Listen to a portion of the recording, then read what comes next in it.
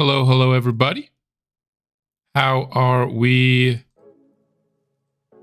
feeling today? Excited to get some more Colorado Rockies draft only action here in the series. For today, I have a couple of things that I want to accomplish, and we're going to be sticking mostly here with the Major League roster for the most part. I want to spend some time doing some player lock action. We'll also be doing some critical situations. I do want to do one prospect game here, though, and that's going to be what we do to start. We have yet to see Reyes play. And we, of course, drafted him last year. He was awesome last year. He's been awesome again so far this year.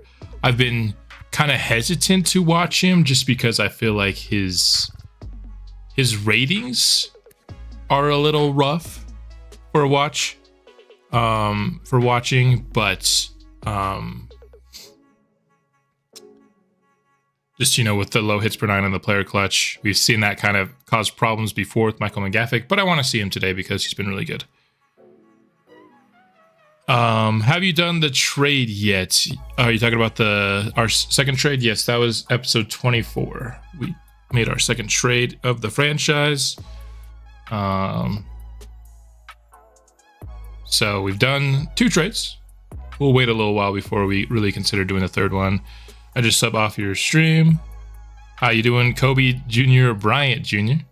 Thanks for the sub.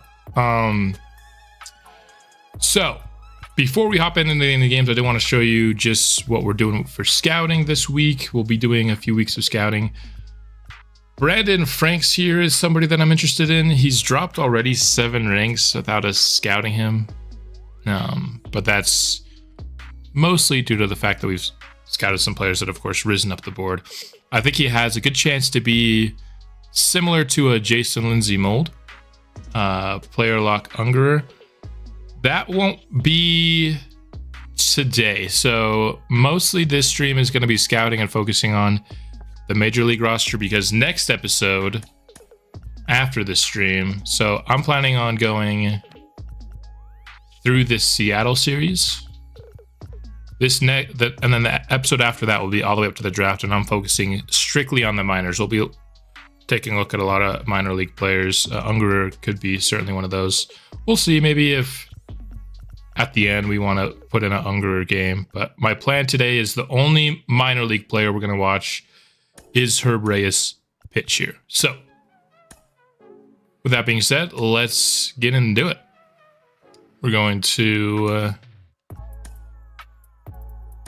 see for the first time our most promising. I don't know why I'm about to change the weather. So we're going to have overcast weather today. Pretty much our entire lineup's on a cold streak, which is unfortunate. But yeah, we'll see how long the stream is, and if there's time after that, we can put on an Ungerer player lock towards the end. So, but for now, the plan is to watch Reyes for the first time. The Yard Goats are the best team of our 3 record-wise. No surprise there. That's kind of been the case for the entirety of this series.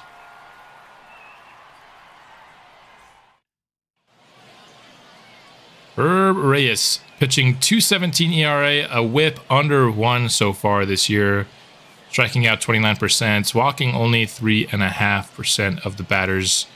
He's really good in the simulation. It's time to see if that will be the case also in the games that we watch.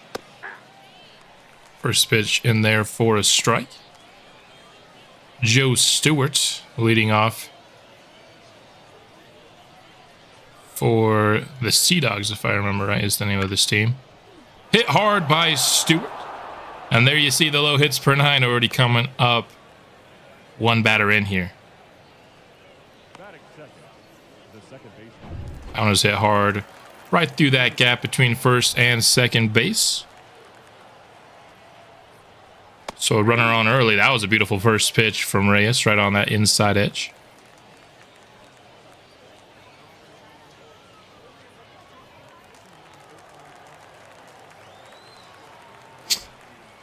0-1 pitch. He's a slider inside, going for the steal, and Park could not handle it. I think Stewart was safe regardless, but it would have been close.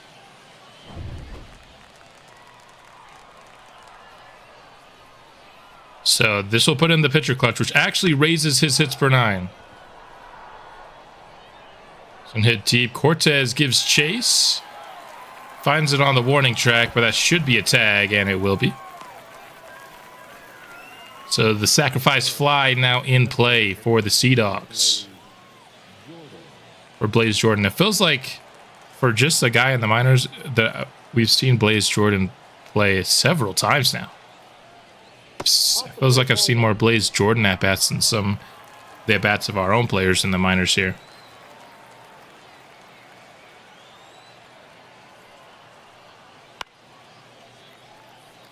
Fouling off that pitch to even the count 1 apiece.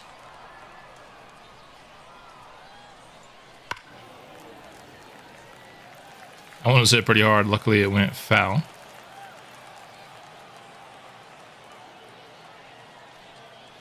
And it's gonna be a 2-run blast by Blaze Jordan.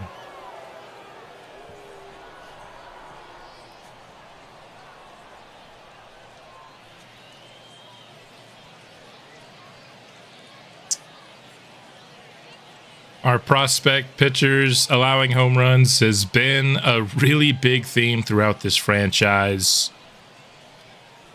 And we see it once again here in the first inning.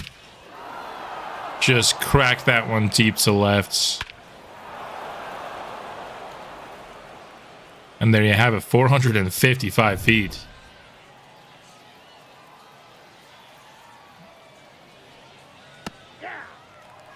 Another really good pitch on the corner there for the first strike.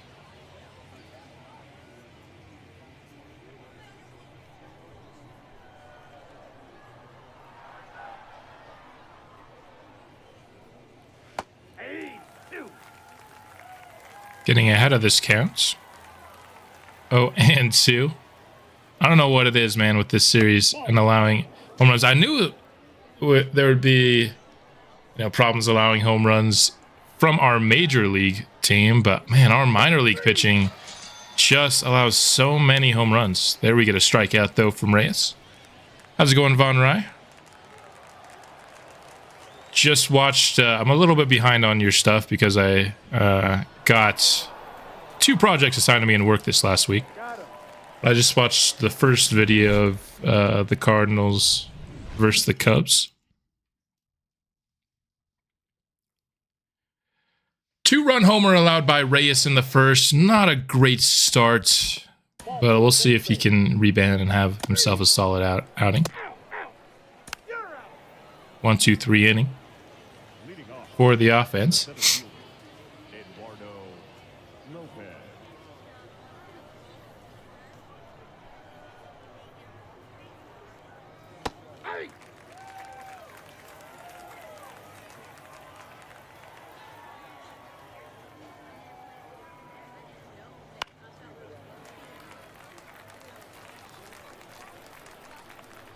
Getting ahead of this count, 0-2.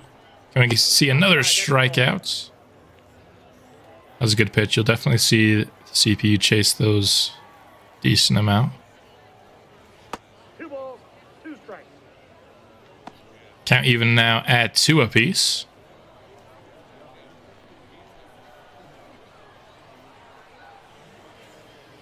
And strike 3, swinging on the changeup low. Good start here to the second inning.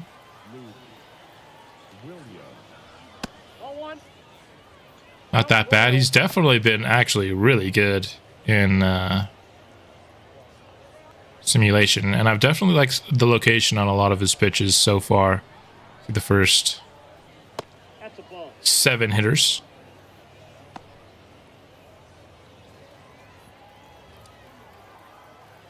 You just worry about that combination of hits per 9 and player clutch.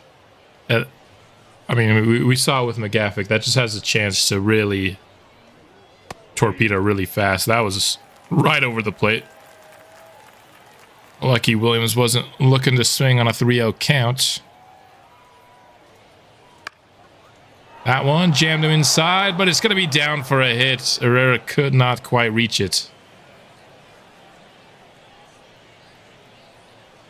So a bloop single for Williams. Does put the double play in play here. Not going to be the case, though. Another hard hit grounder. I will put runners on the corners. Now we really need the double play to get out of the inning without allowing any additional runs.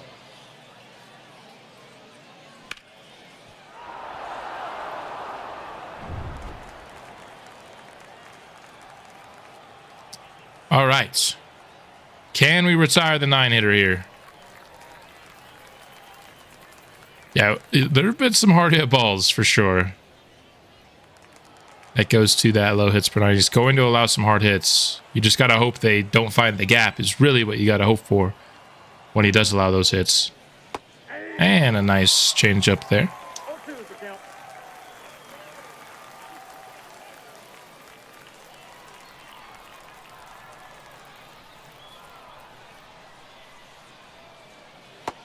Oh, a beautiful slurve. What a pitch for the second out.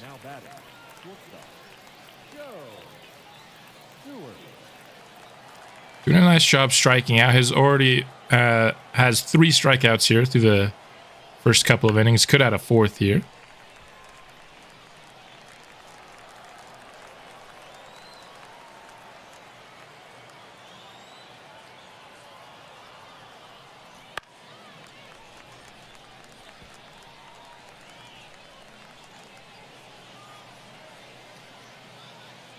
Up to 30 pitches. See if we can end the inning here. Not quite. 1 ball, 2 strikes. You have... Does he have clutch? Is that what you're asking? His clutch is in the low 40s. So is actually an improvement over his hits per 9. There we go. Light tapper to short, force out at second ends the inning. That series was wild. Oh yeah, your St. Louis Cardinals and Cubs series for sure.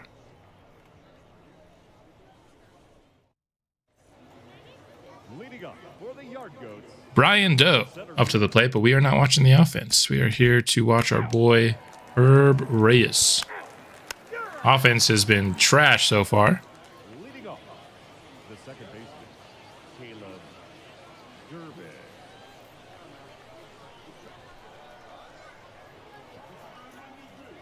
Nope, outside.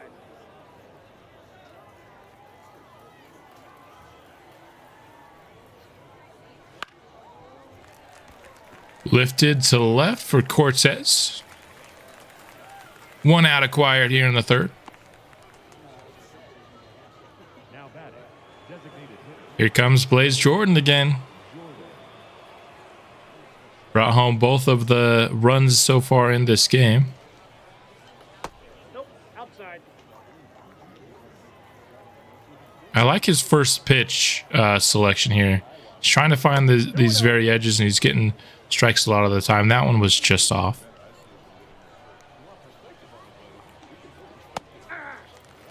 But he's trying to throw really competitive pitches with that first pitch right on those edges. I like it. 2-2 the count. See another strikeout.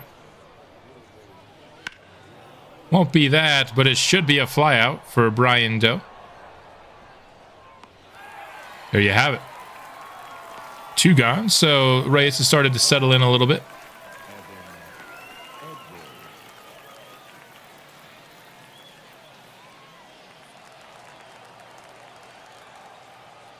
Could trade a 35-year-old 70. Yeah, the trade finder is pretty trash. You gotta... If you do everything that the game will allow, it can get pretty wild. So 2 consecutive scoreless innings for Reyes. He's settling in a bit. Let's see if our offense can actually do something, though, in this inning. Got the bottom of the order. Hey, we actually got a hit, though. And then a double play right after it. Goodness. Got the dog in him like Kobe. That's a Kobe. The Kobe level dog is a very rare level of dog. We'll say that for sure. Kobe was a very impressive individual. That one's down the third base line and fair.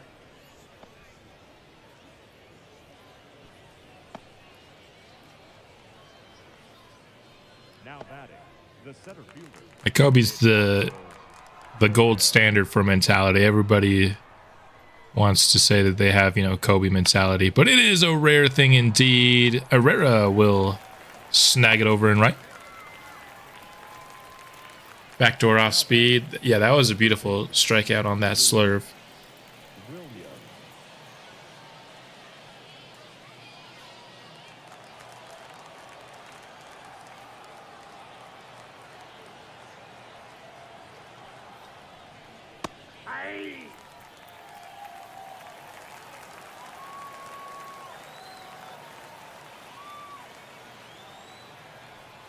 All right. 1 ball, 1 strike. Let's get ourselves a double play here. Love a good double play. 2 outs for the price of 1. Not going to be one here, but it should be another liner. Hit right at one of our outfielders. So again, he's going to allow the hard hits. Can you get them to not hit the gap? And that's kind of what we're seeing in this inning with the lineouts to Herrera and Dow. That's kind of what he's going to have to depend on in a lot of these games, especially when we watch Howie Sims is a completely different story. But, I mean, for a guy who struggles this much with hits per 9 to be allowing less than 1 whip so far this season is pretty impressive. And a third straight liner, this one to the infield, will end the inning. We got the top of the lineup up here. So we got to see the offense start to... There we go, a triple. And a sac fly from Herrera. Not a good day for Dorsey so far. We'll be taking a look at Neil Dorsey next episode as part of our draft preview episode. For sure.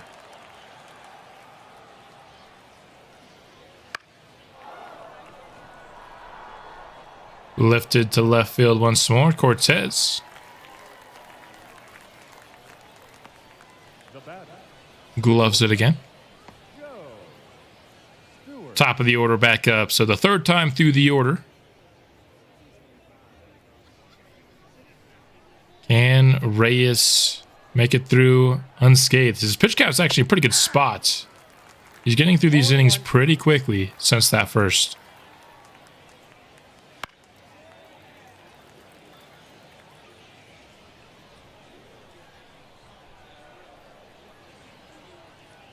That's a ball.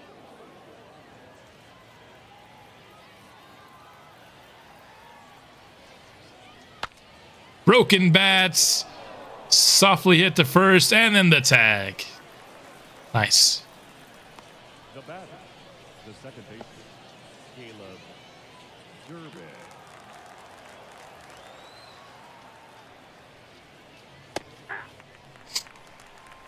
Really good pitch again on that first pitch.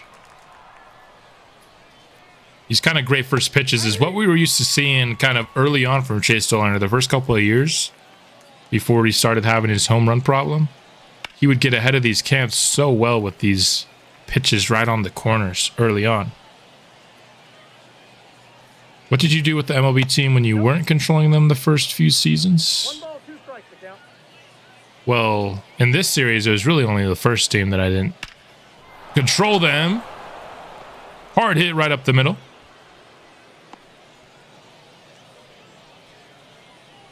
Now batting, designated hitter, plays Improves speed a little bit. I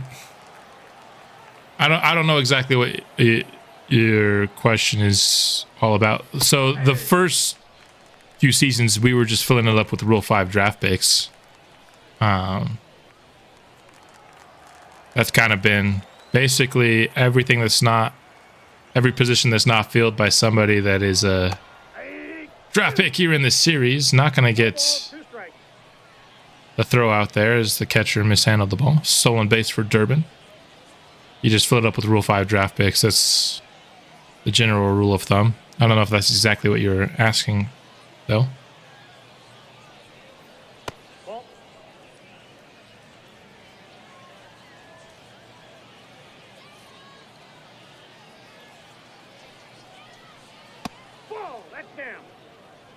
Another pitch low for Reyes.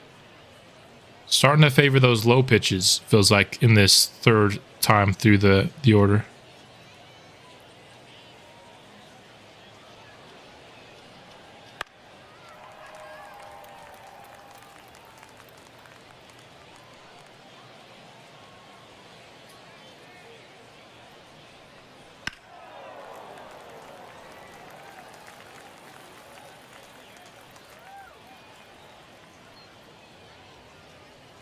Two. And another hit here. Herrera's got a big arm. Will they try to go home? And they're just going to get it. Decent throw from Herrera. His arm strength is really good. His accuracy is still only in the 50s. So you're not going to see the absolute snipes. Wouldn't the AI sign good players? No, not if you have it... If you have it set to manual, the AI won't sign anybody. You do have to check at the start of every offseason, though.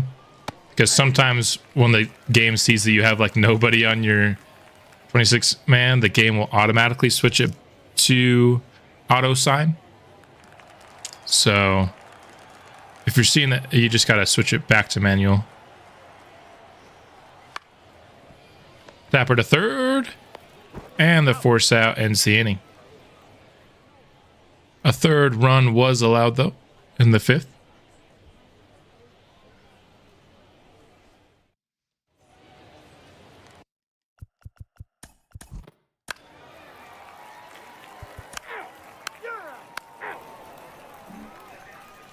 All right.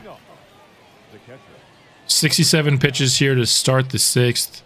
Can't remember exactly where Herb Reyes' stamina is. Somewhere in the 70s, if I'm not mistaken. So this might be his last inning.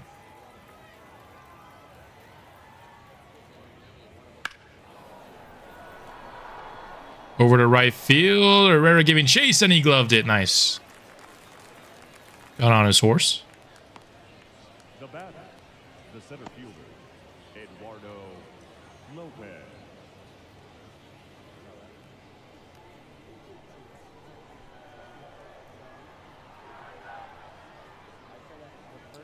And trade the players they sign for you by accident. There's a hit by Lopez. So we're kind of seeing exactly what I thought we'd see from Reyes. A lot of hard hit balls. Some of them are finding the gap, some of them aren't. Yeah, the 0 overall. So I did the 0 overall draft only last year with the Chicago White Sox. That's going to end the day for her. So we saw kind of the struggles that I think are going to keep him in the minors for a little bit, but he continues to really be a strong pitcher for us in simulation. Yeah, you just got to make sure it's on manual because the game will flip it to auto quite often. And then you're just going to have to sign some UDFAs because on a 0 overall especially, there's going to be a lot of retirements every year. So in this series, UDFAs haven't really been much of a thing. I think I signed some the first year, maybe like one the second year. But I haven't really needed to sign any UDFAs. But in a 0 overall version, you're going to have to fill out. And so while my team was still kind of progressing in the minors, I would have some D potential UDFAs on the major league squad for me. Before we simulate through the day, I did want to show you, we actually got a couple of decent discovery guys. Nobody insanely good, but we got Benji Avalos is the top ranked guy. He's 38th on the board after discovering him. Going to be definitely a really good defender, but will he bring the offense? He's going to have to end up on the high end of his ranges, and then maybe he could bat decent against righties. But we'll be scouting him at some point, probably next week. And then Gregorio Dominguez, ranked 70. So a couple of top 100 players. He's a guy that could provide decent speed and good contact and discipline and vision, play skills. So a couple of fun players. I don't want to redo that, though. So I think, well, we could redo it because they found 4. We'll do this for one more week. So this is what we're doing for the week. Now, for the rest of this stream, I'm planning on focusing on the Major League squad. And we're going to get through this series with Seattle. There are a couple players that I want to do player locks with. And then other than that, we'll be doing critical situations.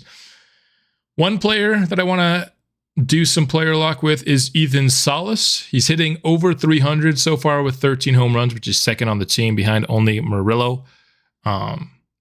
So really good year for him. Already +4 power versus righties right now, +2 contact versus lefties.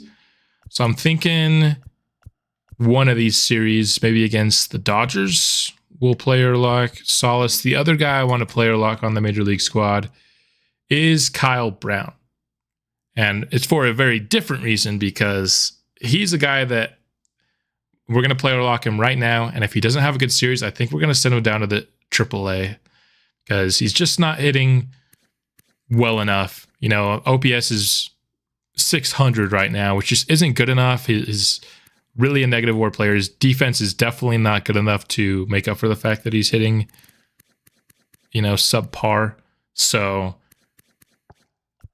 what we're going to do is we're going to player lock Kyle Brown for this series against the Reyes. If out of these 3 games, if he can have 2 multi-hit games, he's on the Major League roster. If not, I think we send him down to AAA to get some additional reps. Gonna do draft only. Yeah, keep some guys. Understandable. And so that's the plan. 2 multi-hit games from Kyle Brown during this series with the Braves. And he stays on the Major League roster. If he does not do that, then we will be seeing him get some additional development in AAA, which isn't a big deal. Of course, he just got onto the team this year, so he has not used any of his options. At the end of the day, I'm much more invested in Kyle Brown's long-term development than I am what he does for the team this year. Even though we're kind of in the wild card race right now, we dropped a little bit. We're like 4.5 games back now. But I don't care as much about making the playoffs this year as I do about making sure the team is set up long-term. Not a good start offensively there. Jelly, though, pitching well so far. 5 up and 5 down for us offensively so far. That's not great. Can Kyle Brown break it up? Going against Jacob Junis. Definitely hits better against lefties and righties. At least that's what his ratings will tell you.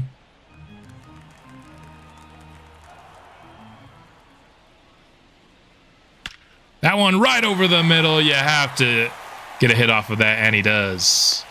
How's it going, Bozo? Happy to see you had time to join the stream today.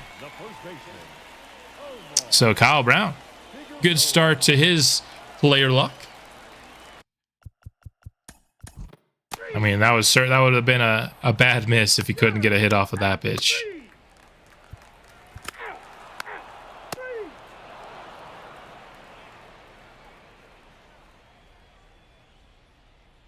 Is my sliders for CPU versus CPUs published? So yes, they are. It was the beginning of season 3, or the second episode of season 3. So I believe it would have been the video where it was Jose Barreto's AA debut, if I remember right. I am planning on making a video. I've just been asked so many times, what are your sliders? How do you do this in your franchise? How do you do that? And so I've been asked to just basically make a video on it, which I think would be a good idea. How I watch CPU versus CPU, how I do this and that in the franchise. Kyle Brown will never let us down. He does decently enough when we watch, but he's just not been swimming great.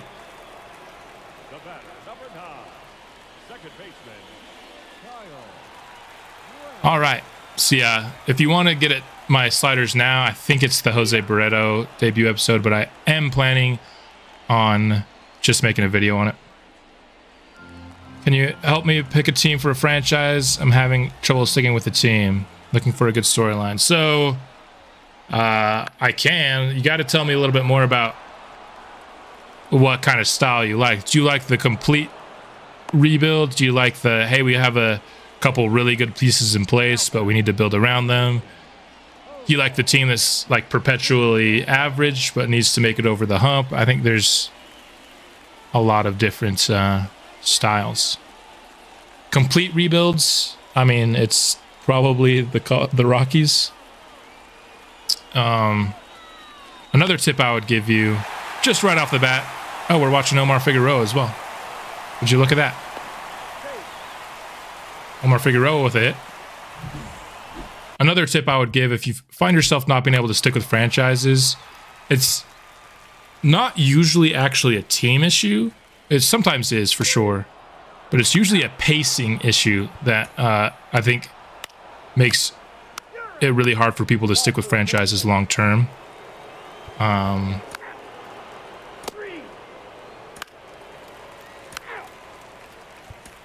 least in my experience, that was always, before I made a YouTube channel, even sometimes on my YouTube channel, I had trouble sticking with franchises long term.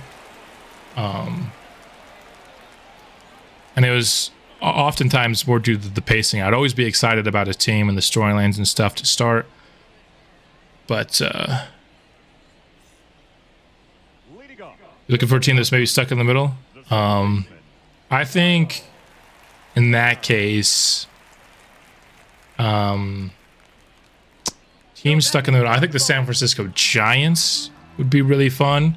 You know, a team that had a good run earlier on in this century, but have kind of just been stuck ever since. So here's a multi-hit game from Kyle Brown. This one back up against the wall. Also a team that doesn't have a lot right now in their farm system, the Giants. They also have a two-way player, so that could be fun, a little storyline. Can you develop Reggie Crawford as the two-way guy?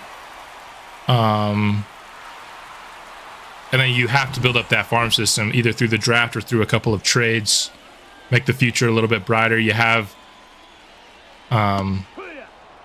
Luciano, who's a young guy that you can look forward to rebuilding around. But other than that, there's not a ton to be excited about.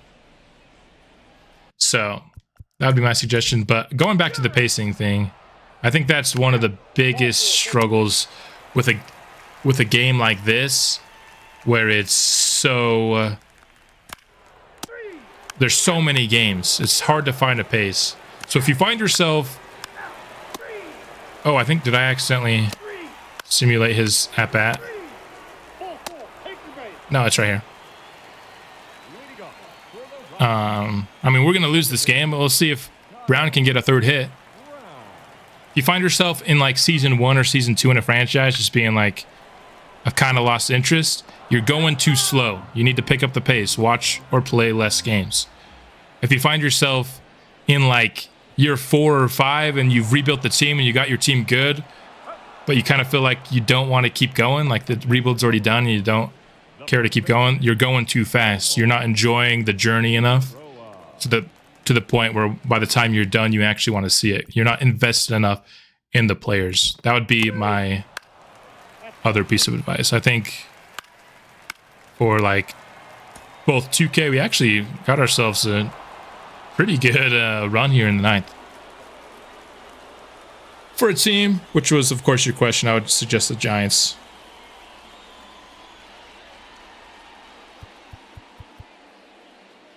Took me a while to kind of find out the pacing that I liked in these style of games, where there's just too many games to play all of them, so you have to find the pace that you actually can do in a franchise. All right. So, one multi-hit game on the board for Kyle Brown. If he can do it one more time here, he's staying on the Major League roster. So let's see if he can get it done. Got his average up to 229 based off that hit. The Angels are another good one. You know, what can you do post losing Shohei Ohtani? Another team with just not a lot in the farm system. They do have good young players that are already on the MLB roster.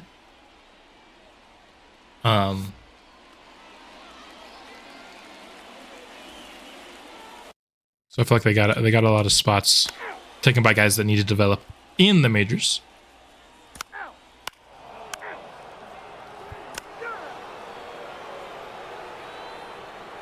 Yeah, the ballpark's definitely a good draw to the Giants as well.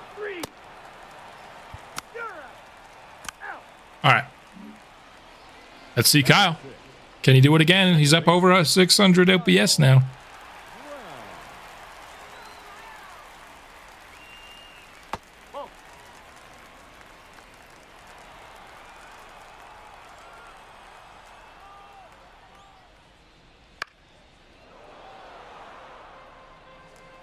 There's enough used to be a Giants fan 15 years ago.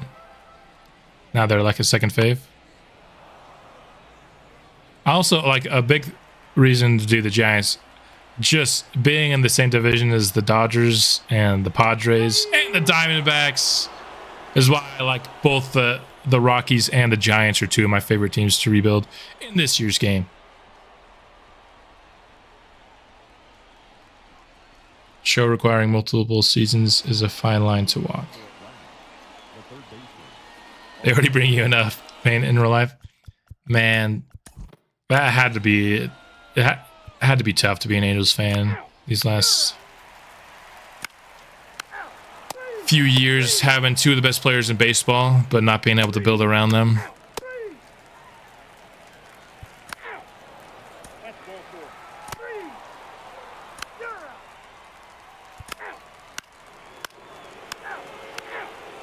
So the Braves have gotten themselves on the board. A very tough offense to stop. For some reason, the Braves are actually really bad this year. Don't know why. They have a worse record than us. Going to get Spencer Strider, though. We know he's really good.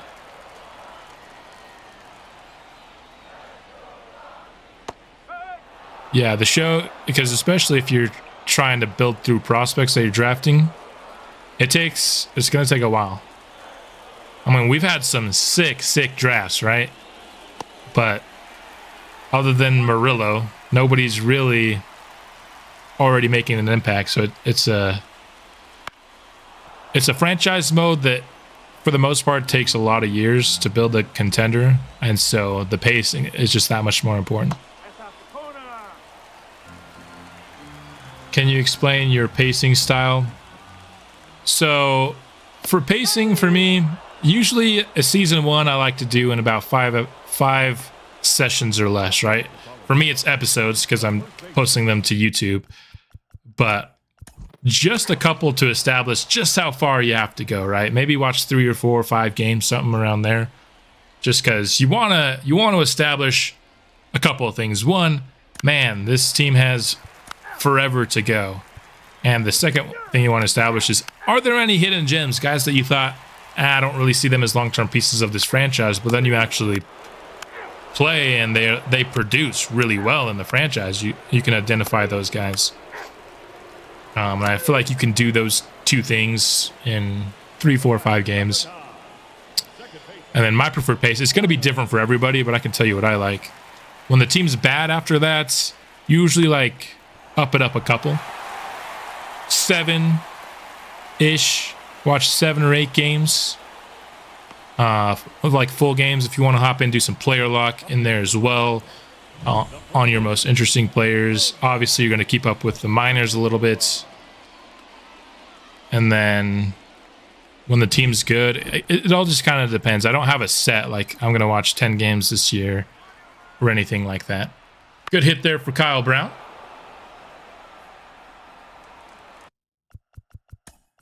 That might be the end of the day. So unless he gets another chance, it will not be a multi-hit game for Kyle. Could get another chance, though. We just have not been able to score.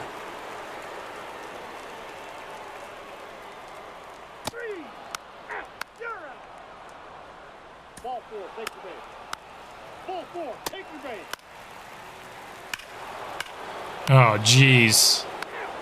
Oh, jeez. So Kyle will get one more chance. If he gets a hit here, he stays in the majors.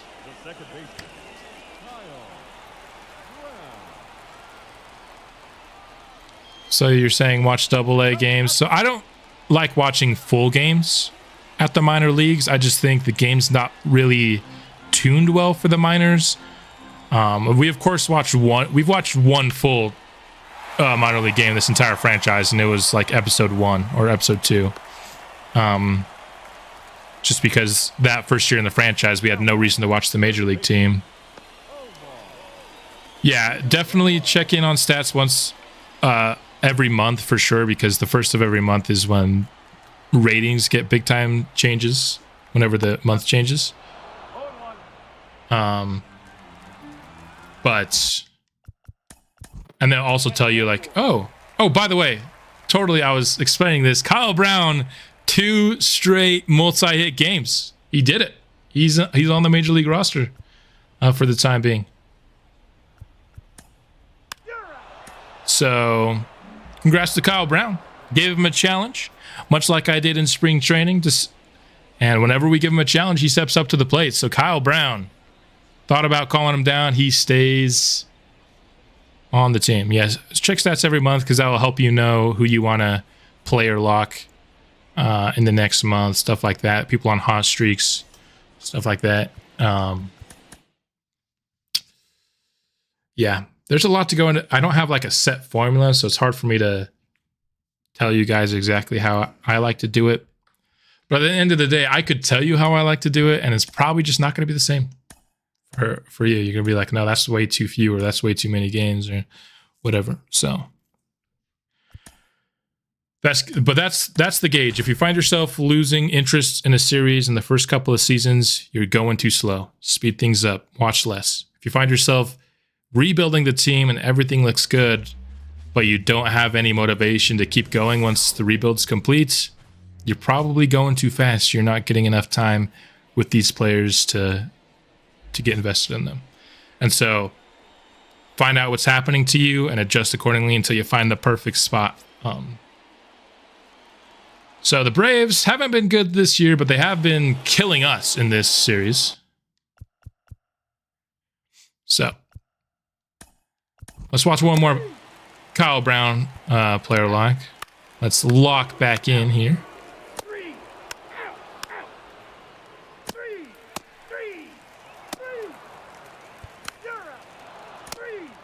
All right, here we go. Batting 6th, the second baseman, Kyle. Stat check day is like Christmas Day.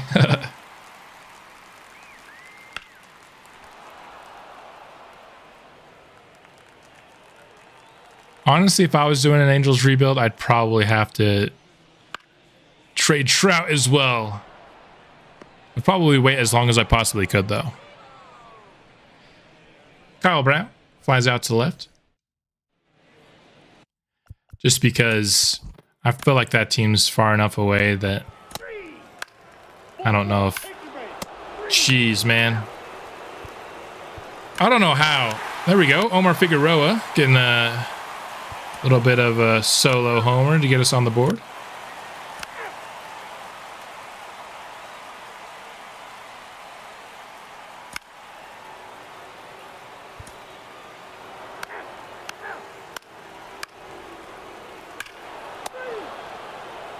Boy. The Braves are happy to be hitting in Colorado, you could tell. Second baseman, Kyle.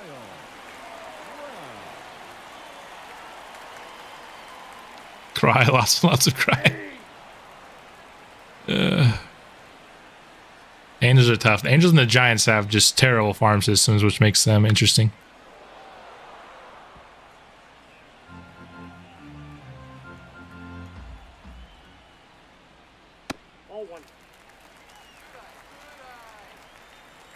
Angels are also in a pretty tough division with Houston and Texas. Strike 3. The batter, the first baseman, Going against Brady Singer, the Braves, who they just signed him this last offseason.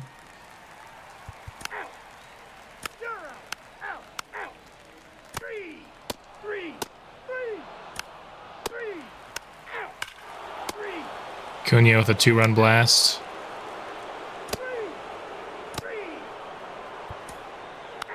I mean, the Braves are just killing us in this series. the second baseman, Kyle.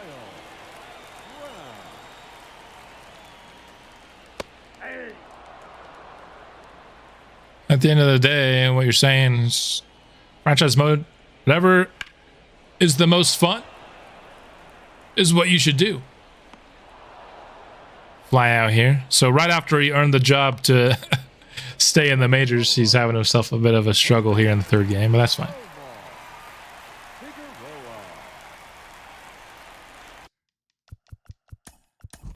First base. Ball 4. Take your base.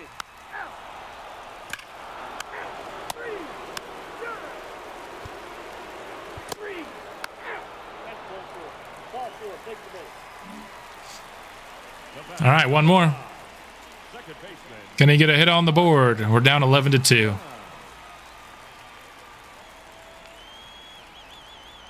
Are realistic packages for Trout? It's hard for me to come up with realistic packages, if I'm being honest. I haven't followed baseball enough to know that many big trades.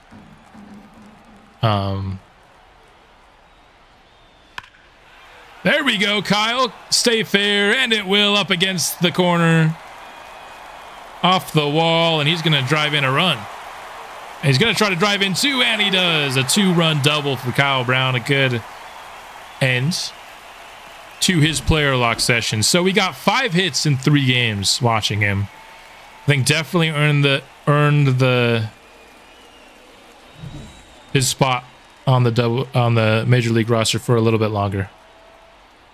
But certainly you want at least 2 prospects that are like good that you can be excited about having towards the future. Kind of depends on if you're looking for more of a prospect heavy package or more of a MLB ready package.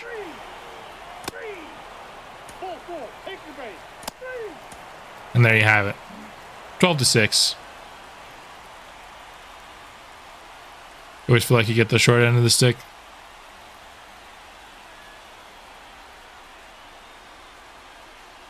Because the game will let you trade just some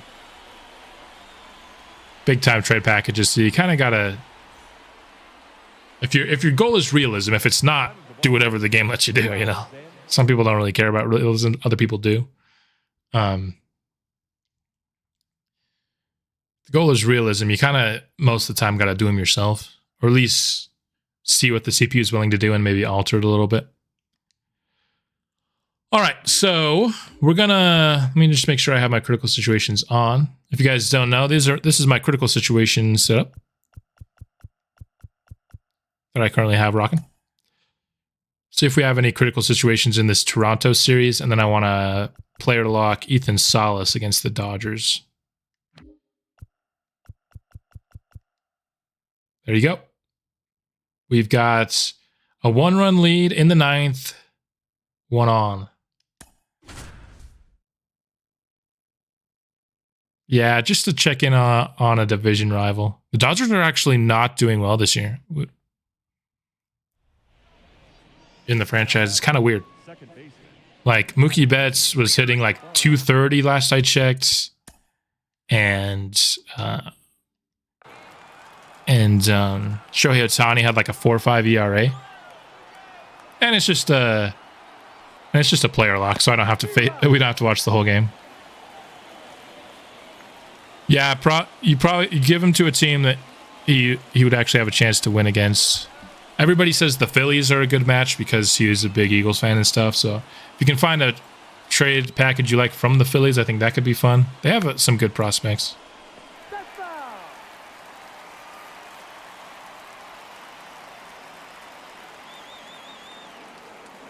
The Nationals, Jacob, would be my suggestion for you, especially in the outfield. Like, you have an outfield, you have surplus in the outfield. You have more good outfield prospects than you have outfield spots.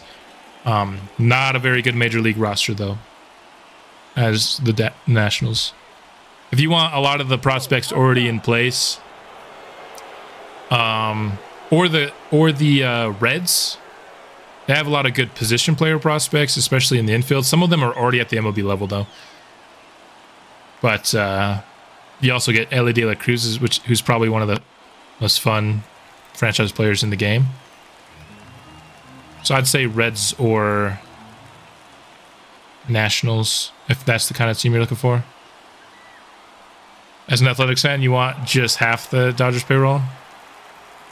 Their payroll is insane. Welcome back, Bozo.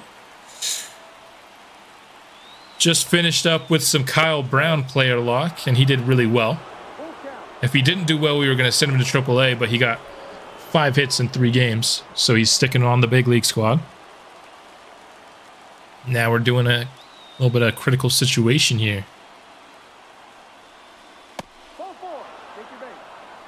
And a walk allowed to Addison Barger. We checking right now? Right now, it's just critical situations. Pirates as well. Yeah, like Termar Johnson, who's really good. Paul Skeens. I actually had the Pirates on my short list for this very franchise because I had like Skeens and Termar Johnson to start, which would have been a cool start. That's the ball. 1-1.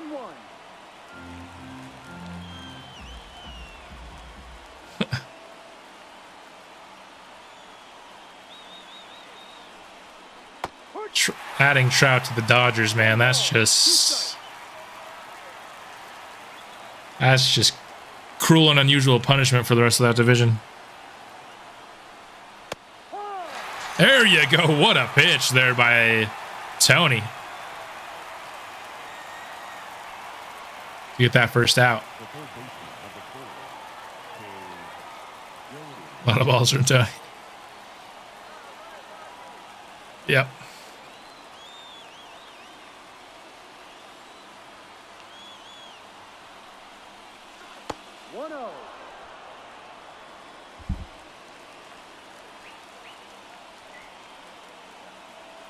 Yeah, I kind of forgot about the Pirates. The Pirates are another team that fits that description pretty well. I feel like their MLB roster is maybe a little too good. But for this franchise, I was just going to release the MLB roster.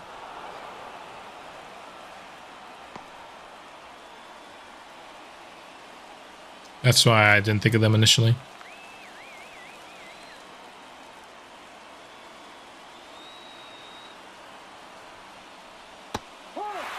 There we go. What a slider. Seen a couple of beautiful pitches there. A double play could secure the win, or a strikeout here. I'd take either.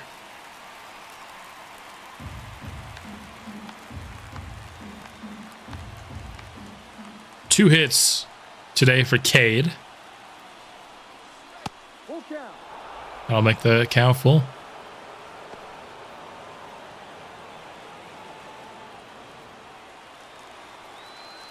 My favorite NBA team is the Utah Jazz.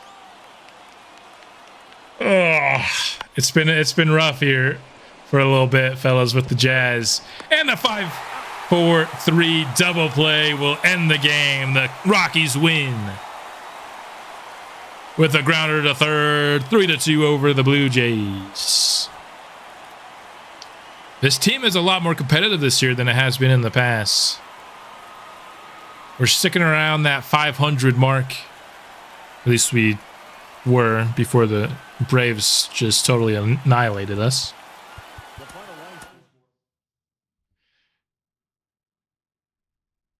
Utah Jazz, the worst jerseys in the league. Hopefully they're not going to be our jerseys for much longer. Like the Bucks and the Clips. Hey, you got two teams to root for in the playoffs. San Francisco has a big budget. There you go.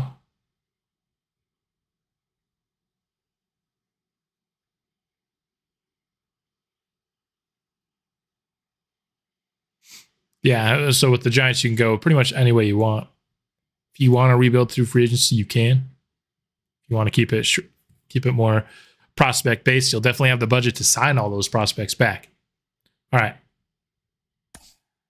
So a loss to Toronto there makes us 27-32.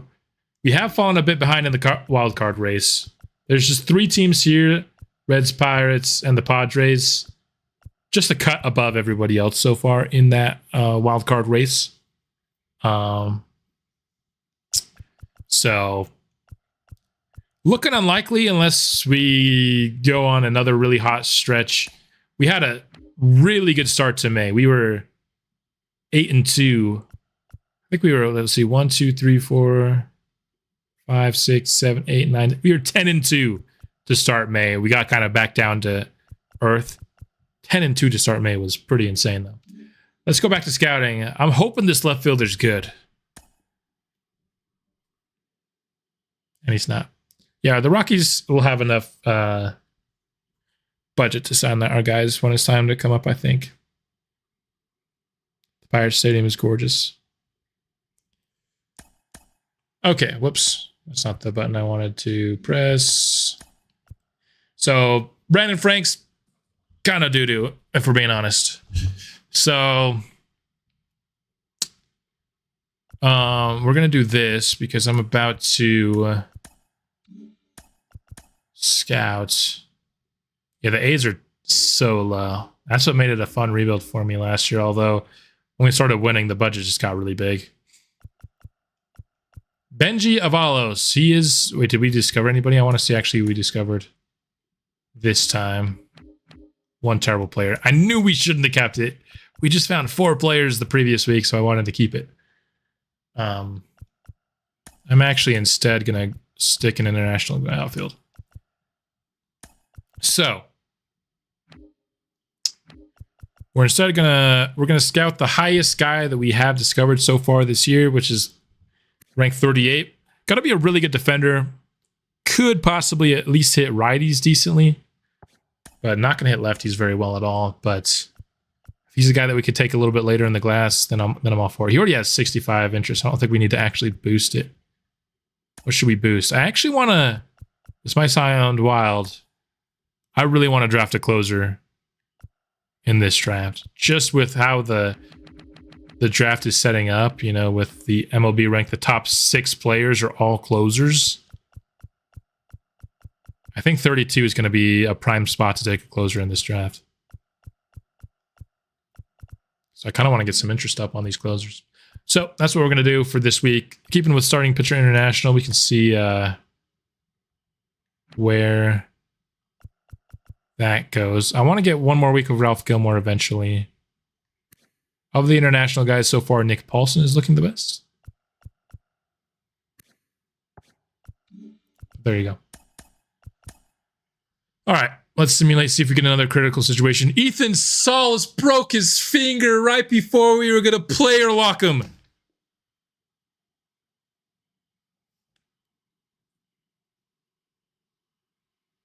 We were literally player locking him the next day.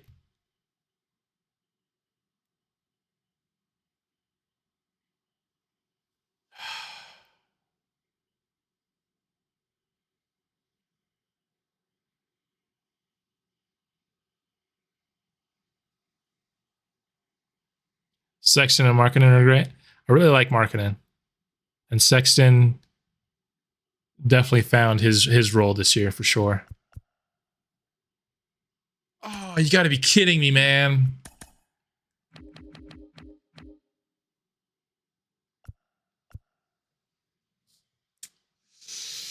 That sucks. Well, Drew Romo, welcome to the bigs.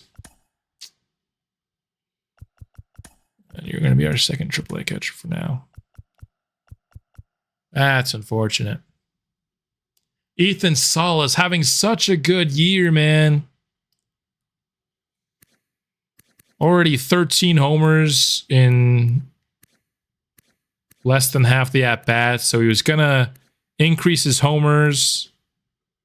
He was going to definitely increase his average, almost a 950.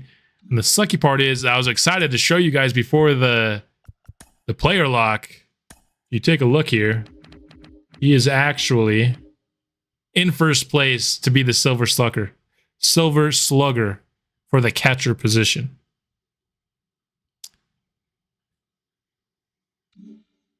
Might not be the case anymore after that injury, though. He was probably our best player. I mean, Murillo showing off a little bit more power in some less at-bats because Murillo has already been injured this year for a little bit, for a couple of weeks. That sucks. It's only it's a 1 to 2 month injury, so he'll be back, of course. Plenty of time left in the season. So the question is, what do we do now?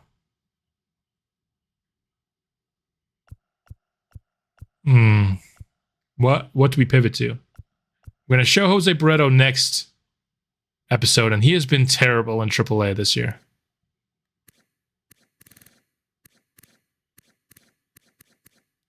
That is not what you want from a guy who's about to be 80 overall.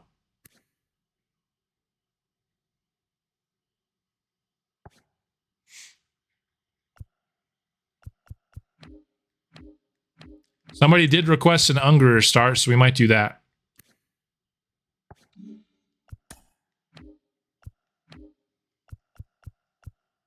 Unger doesn't start till Saturday. Murillo's getting up there.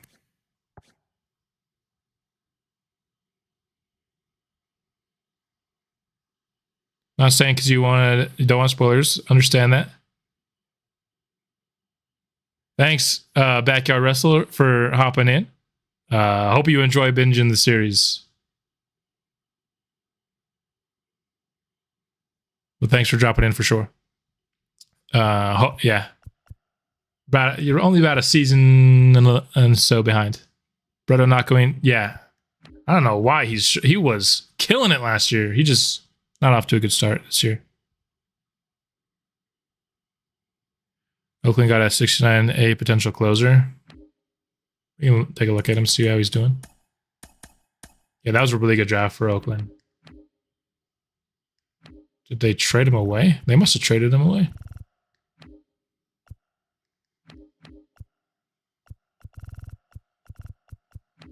Yeah, it looks like they traded him. Oh, you're talking about in your draft.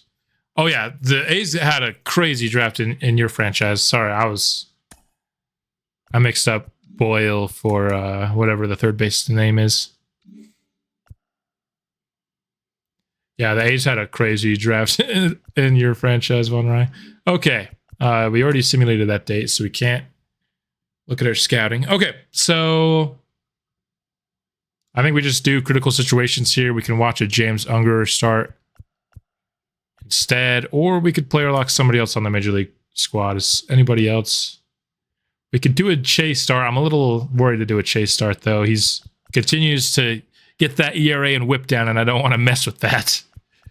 We could do Omar Figueroa. Omar Figueroa's on a hot streak, 292. He is also, we're looking at awards here, he is currently #1. Jeez, what is going on with my... For Rookie of the Year. By a pretty wide margin, I'd have to say. Well, Cyrus Johnson hitting 341, as is Reese Hines. That's just 82 at-bats. 82 at-bats for both of them, whereas Figueroa has double that. Let's watch Figueroa. He was 18 in my Red Sox draft. March to October. You can't do multiple seasons in March to October?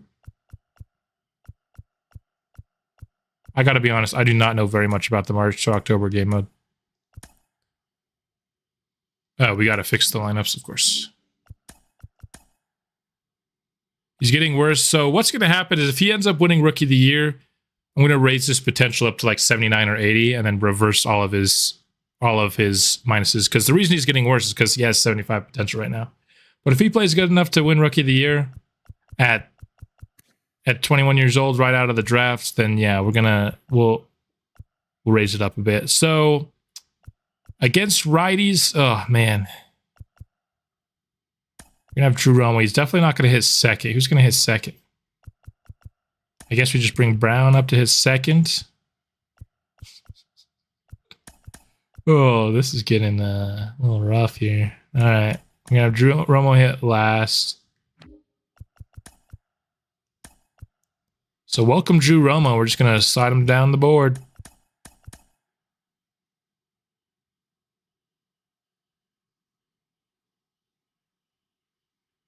Oh, the AI is in charge of when people get called up. That's interesting.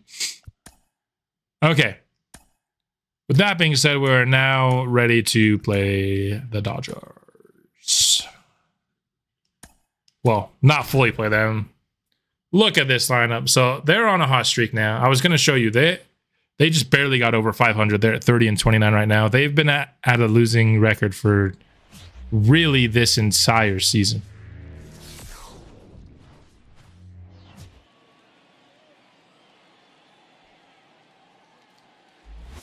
Salas injury sucks. Definitely gonna... Oh, he's making his Major League debut. We'll look at Drew Romo's Major League debut as well. I totally forgot. I usually don't like to put people's Major League debuts on stream because not everyone likes streams. But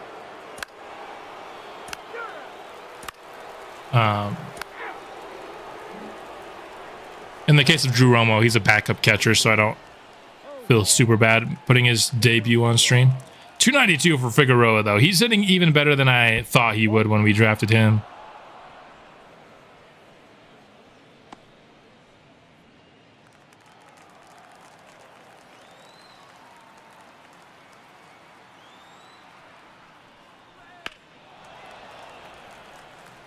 This one hit well, but out to foul territory. Wouldn't have quite had the power to leave the yard anyway.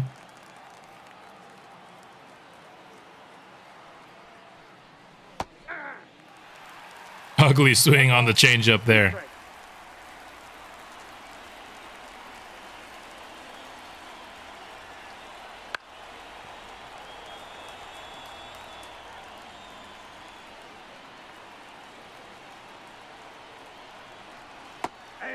Oh, what was that call? That whole entire ball was outside the zone, man.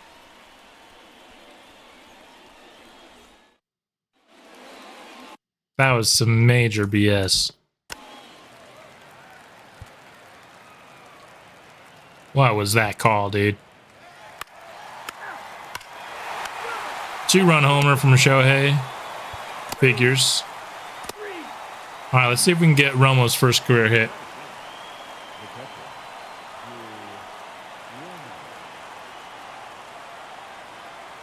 What a pitch. Yeah, what a call.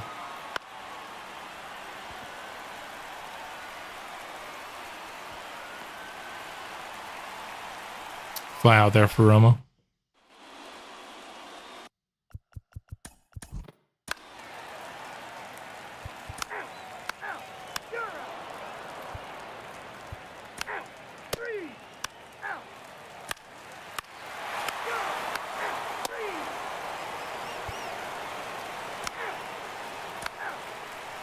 All right. Figueroa back up.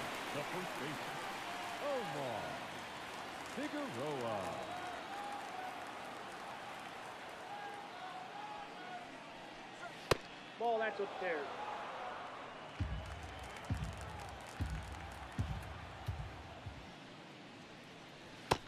2.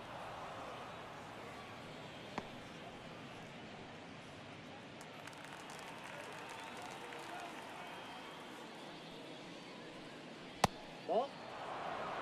3 balls, no strike. All right, Omar ahead 3-0. You're going to throw a pitch right over the middle, and Figueroa is going to take it just because that's what the game loves to do. That was actually a solid take. I'll take that take. That's ball 4. Low for ball 4.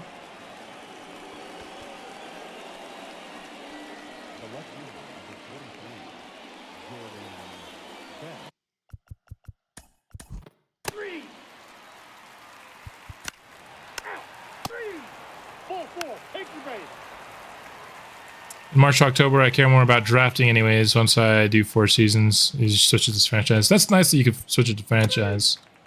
Now batting, catcher, Drew Romo. And then you can take control of who's playing where.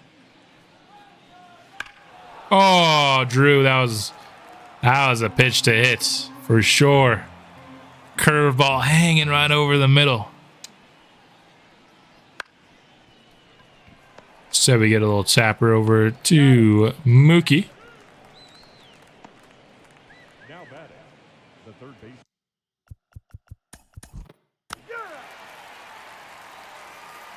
Three.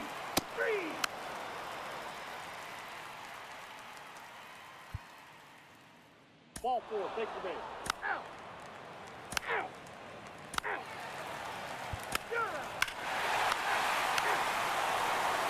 Surprising walk. Let's see if he can get his first hits. Did reach base, of course, last time via the walk. Nope, that's inside.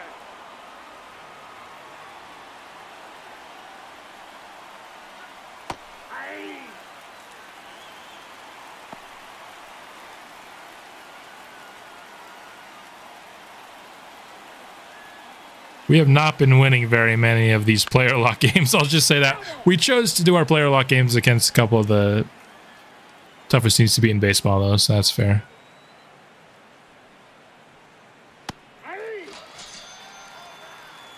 More so that you can get to the draft faster. Strategy works, but I don't know how I covered so many regions. I think it's just... I mean, for pitchers, it's always 2 regions, except for the 1 year that I did 3. And then for hitters, you just gotta... It definitely helps having a high draft pick, right? Because once you find... If I have the 4th pick in the draft, once I find a couple of players I like, then I don't need to scout for the first round anymore, right? And I can start looking for depth in the class. But if you're picking like 15, I feel like it's harder to scout all the parts of the draft. All right, Drew Romo, first career hit right here. Haven't had much to get excited about so far in this Dodgers game. Let's see if we can get somebody's first career hit. Oh, that's inside.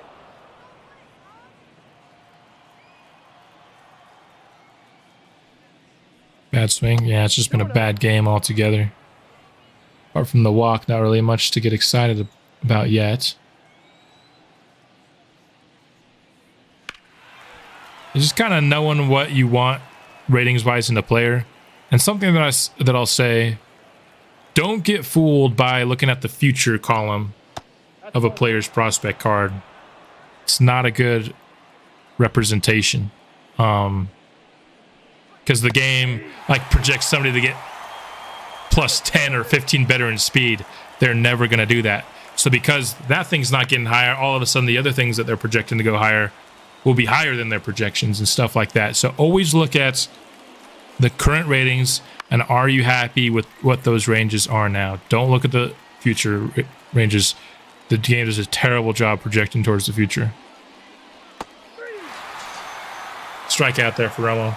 It's also impossible to project somebody's future because it's all based on how they play. So I think a lot of people get tricked by looking at the future ranges saying, oh man, this looks really good. Don't look at the future ranges. International weeks 1 through 4. Central 4 through 8. So you did.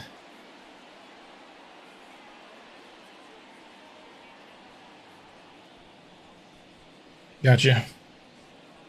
Wait, so do you only get to do one thing in March to October? You don't get 3? Should be able to have 3. All right.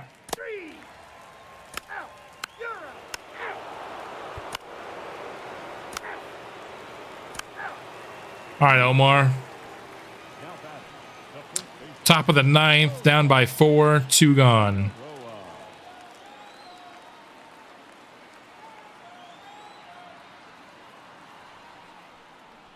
Hope this is not about Barreto. What's not about Barreto? Barreto will be fine. He's just having a bad stretch. Yeah, Romo, at least he extended that at bat. So you got to give him credit for that. Gotcha.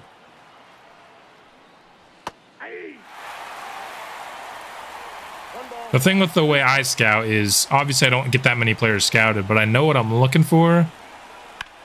To the point where, for the most part, in every draft, I'm able to identify the best position players. Sometimes I'll miss.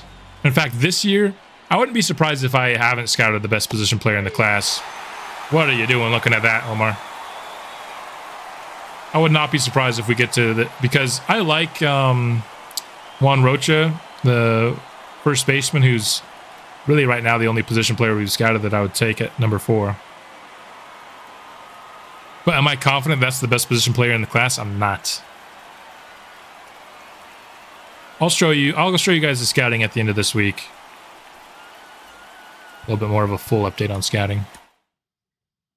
But I feel confident that, 9 times out of 10, maybe 8 times out of 10, I'm going to find the best players in the class with my method. But it is true that you don't get as many players scouted. Dolander's the Sith, not Barreto. Yeah, and now Dolander is pitching well, you know what I mean? Let's take a look at these, actually. Jaden Hill was hit hard. Don't really care much about Jaden Hill. Aaron Shunk raked in May. Okay. Good job for Aaron. And Johnny Brennan. Okay. And Cole McCracken, a couple of our long-term pitchers coming off really good Mays. He's on a hot streak. Johnny Brennan's looking really good.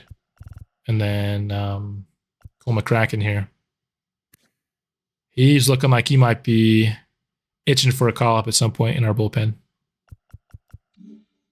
Another loss. Yeah, we looked good, after the San Francisco series. I was thinking, but at the end of the day, we're still the 29th ranked team in baseball, We're not supposed to be very good this year. All right, let's do another one of Figueroa and Romo. Actually, let's do our gray uniforms. Why not? Gonna be raining for this one.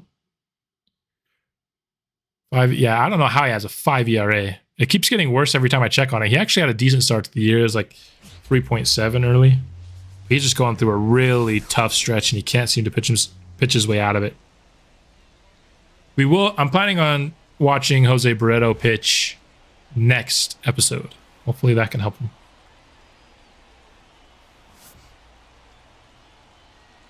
A little bit of the rain here in LA. Shohei is the pitcher. Lovely.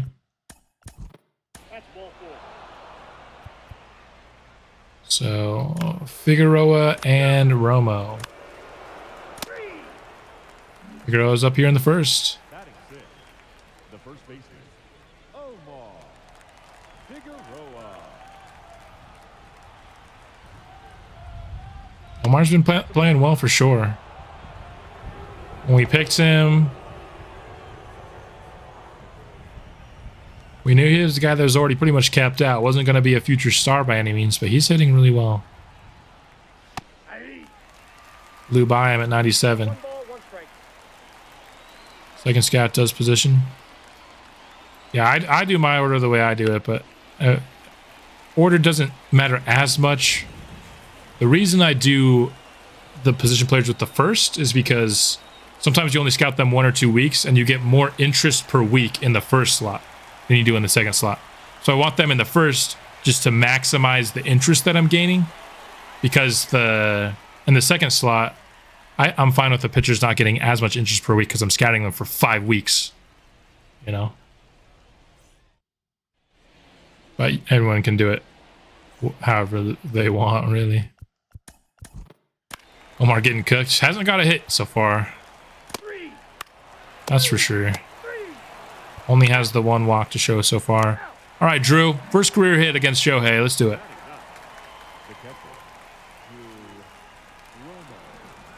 Right here. We have not watched much of Drew Romo at all. He just became a victim of Ethan Salas being added year 1. His involvement in the franchise rebuild.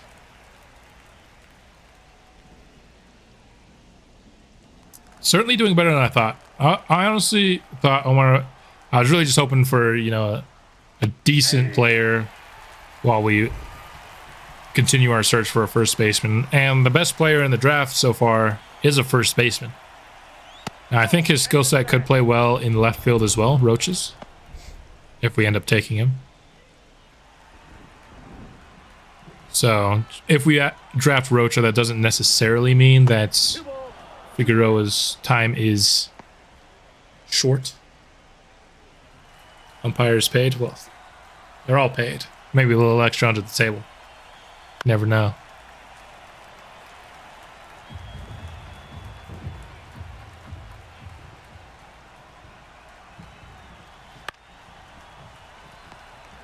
Grounder. No, it's kind of like basketball. Sometimes the superstars get the calls, and Shohei certainly categorizes as a superstar.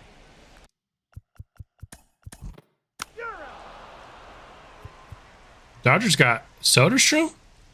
Look at that. Look who's catching for the Dodgers. When did they get Tyler Soderstrom? What the heck?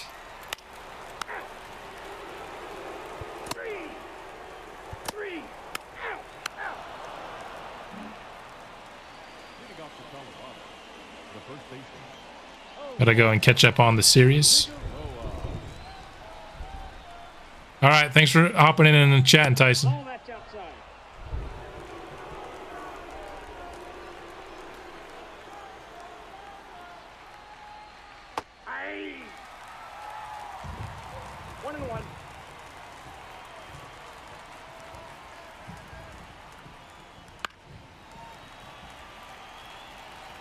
All depends on how much how much the coach is yapping.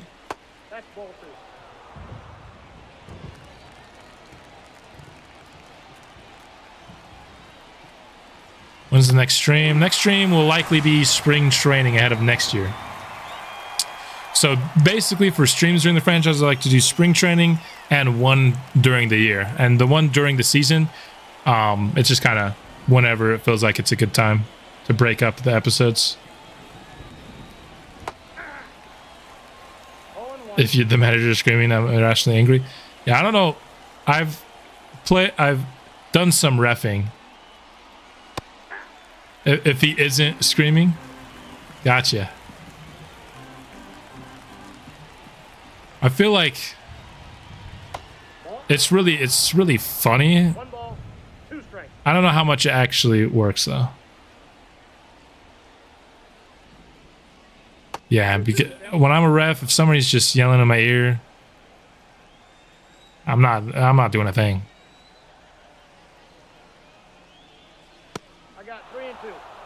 Yeah, Omar's been... Oh, what are we doing watching Jordan Bet? Omar hasn't been great.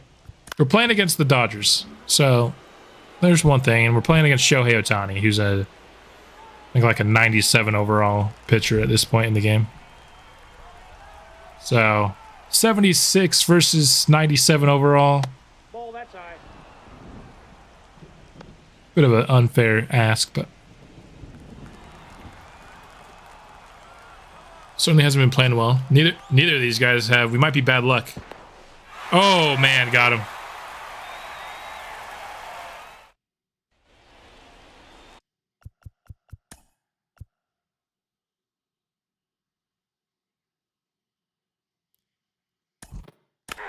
Yeah, when somebody's screaming, yeah. If anything, it annoys me. You're certainly not going to help your case, I feel like, for most refs if you're just yelling at them.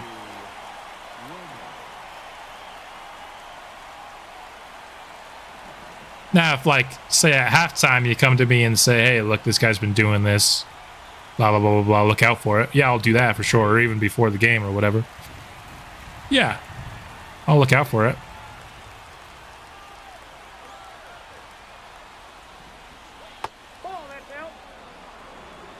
Not been a good player lock session against the Dodgers. That's for sure.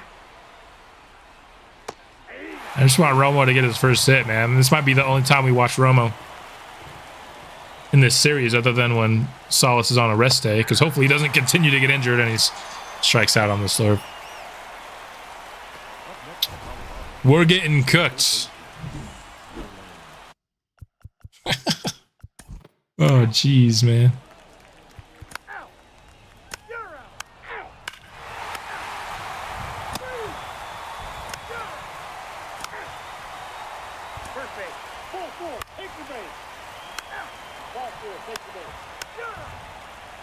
All right, Figueroa.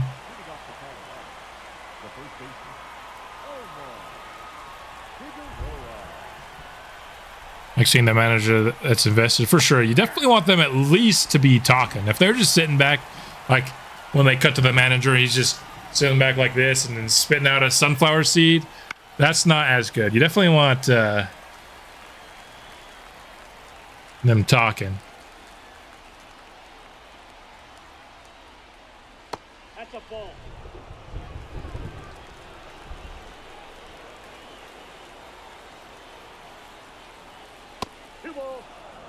Can't even at 2 apiece. Yeah, that will make the athletics more interesting.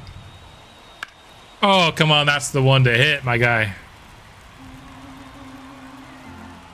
Shohei is still out there. 97 pitches in this one.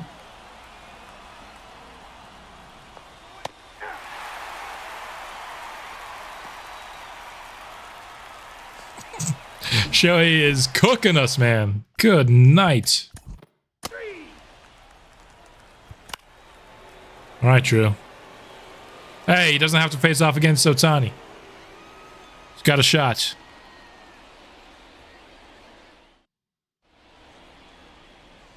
That'll be going against Paul Sewald, who's been pitching really well. Allowing 348 versus right-handed bats, though. He is cooking lefties. Drew, of course, a switch hitter. One of the only switch hitters. He and Neil Dorsey are like the only switch hitters we have. Only you can the A's. Hey. I honestly don't watch enough A's to have a good fight about the A's. I'm starting to watch baseball a little bit more.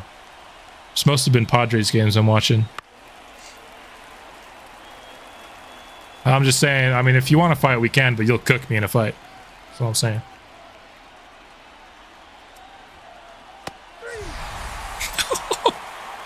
Weird strikeout. What's that? The third or fourth straight strikeout we've watched? Good night, man. That's ball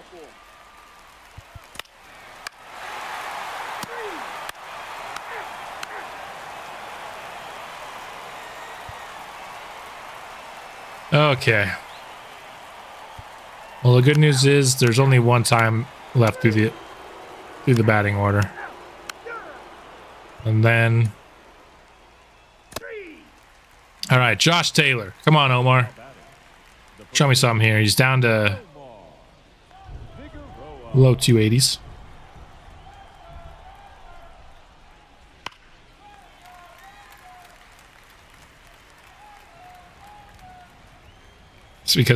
It's also because I'm just barely getting into baseball, so I'm not like to the point where I'll just watch a bunch of games. I think I'm gonna make my favorite team the Padres, so I've really just been watching them. Trying to find who my favorite team is.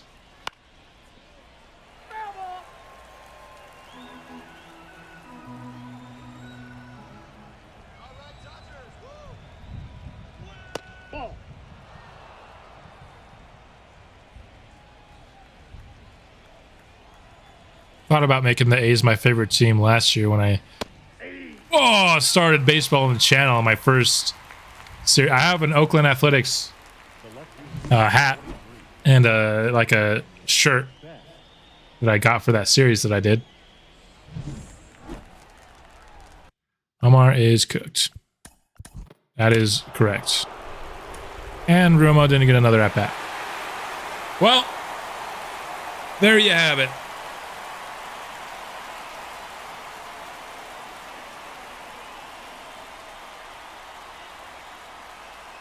Yeah, San Diego, I've been enjoying watching them a bit. It's been a good introduction to baseball for the most part. All right. Yeah, player of the game, Shohei Ohtani. Yeah, we know. He cooked us. Kyle Brown, another multi-hit game. Logan Cerny, 2 hits as well. Yeah, we're not watching the third game with Omar. Watch. I'm going to simulate this. I'll just auto-fix those. Nope. I'm done with the Dodgers. Let's see how they did, though. Did either of them get a hit? Neither of them played. Nice. Yeah, they both needed a day off. Okay. 8-3 win over the Angels. Let's see. We're about... All right. Because it was requested, I think we're going to watch a James Unger game here. He's on a hot streak. 207. ERA, 116 whip. Thinking of doing an NHL series. It kind of depends on how much momentum I can keep with this Colorado series. It has been by far my most successful series. But there's still, like, it's April and the next game to come out that I know for sure I want to play is in July. So if this game starts to lose some steam and I need something to, get me to July, maybe that would be the one way I could see it happening. So we've been watching some terrible hitting. How about we switch over to some pitching? Neil Dorsey, 344. 344. And the main reason I can't commit to hockey, I just know nothing about the sport. I mean, I know there's skates and the goal is to, hit the puck into the other team's goal. Like, I know that part of it, obviously. But other than that, I don't know much about it. I wouldn't know how to commentate it. And so it'd be very hard. I wouldn't know how to, what clips to include in an episode, what part of, the gameplay to exclude, stuff like that. It's kind of like soccer in that way. That's the reason I haven't put soccer on the channel either. There's games where it's sometimes there are 3 scores in a game or 1 score in a game. What do you include? I feel like if I was a bigger fan... Oh, I don't know why I'm about to simulate. We're at... As a Canadian, you're hurt by this fact. Yes. Honestly, up until 2 years ago, it was football and basketball, and that was it. I'm just starting to get into baseball. And really, what put me into baseball was Mr. Hurricane's Rockies franchise.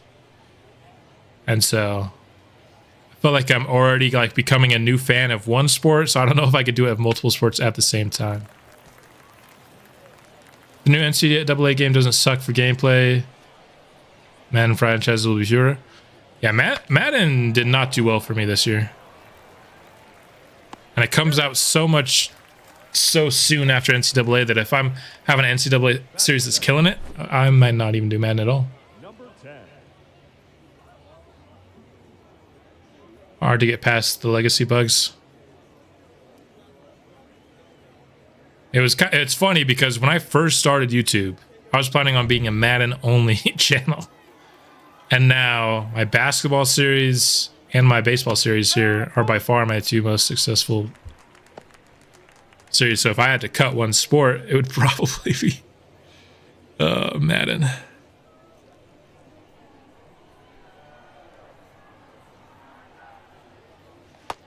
That taunt. Hey, Unger's got some swagger about him for sure. Oh yeah, NCAA was the bomb, man. I have NCAA 13. You can't see it. I have an Xbox 360 back there that I play on my TV. Every now and then, and when I'm like, yeah, I just really need to recruit, I'll hop out and I'll play like 2 straight days, like 10 hours of NCAA.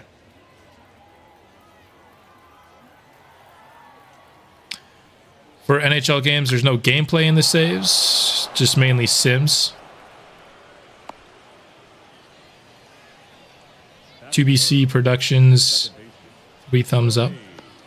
Yeah, I was trying to, because I got asked about doing NHL franchises a while ago. I believe it was by Bozo back then as well.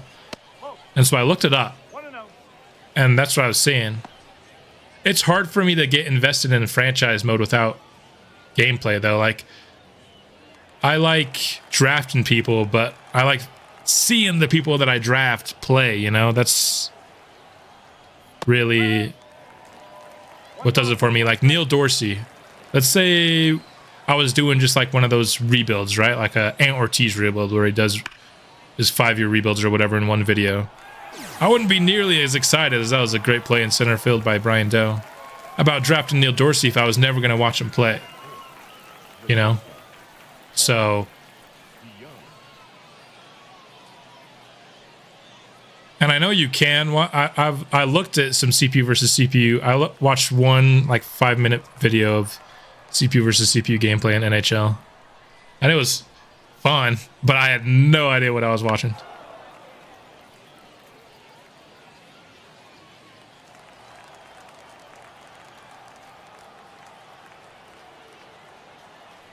One down, 1 on, and 2 down. 13 pitches so far. See if we can end the inning right here.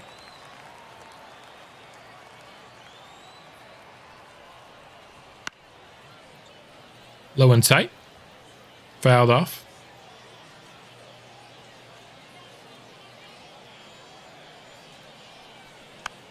If I were to do an NHL series, I might honestly just have to keep the game's commentary on, because I wouldn't know how to commentate hockey to start, and I'd have to probably learn from the game's commentary some of kind of the lingo of hockey, and then maybe at some point I could start to commentate it myself. But if I were to do it, nice strikeout. So that's how it would probably start. It'd be me like just putting some game commentary gameplay out there. And then whenever we were doing stuff out of the gameplay, of course, I'd commentate over that part. Good first inning here for Unger.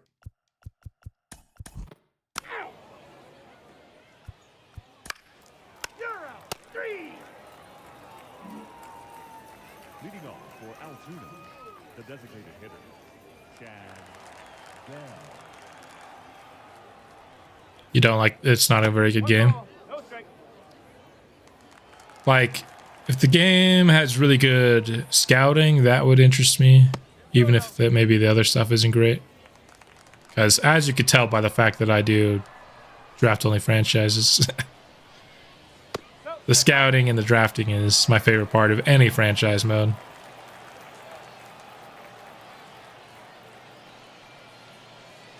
$22 or $24.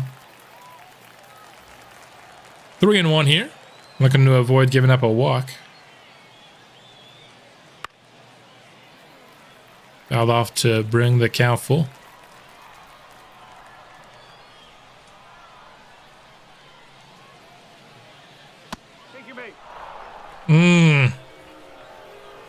Come on now, you gotta call strike 3 there.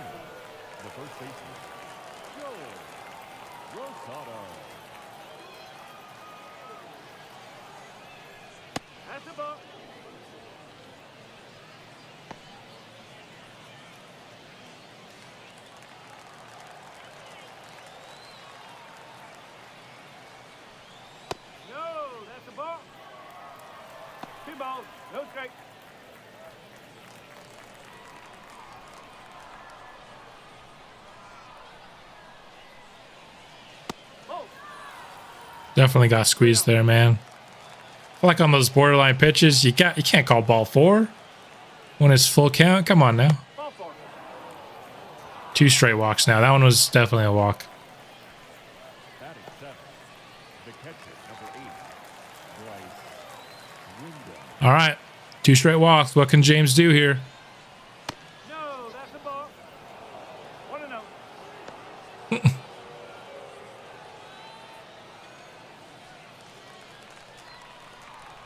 Isn't Angel Hernandez, you can correct me on this, isn't he like famously bad for like, oh my gosh, calling strikes when they shouldn't be strikes though? At least that's the clips I've seen from him. Like just calling some BS strikes rather than some BS balls.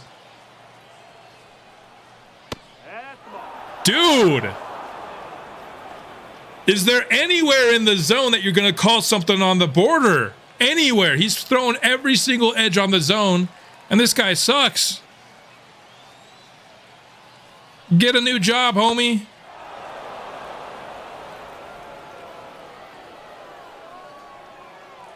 This ump is pissing me off, man.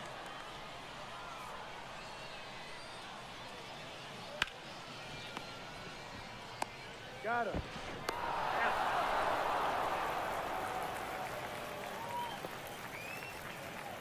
3-6-3 double play. The right fielder, Gonzalez. I mean, there's a reason he's working in double A, not on the bigs, right? This guy is terrible at his job. Jeez.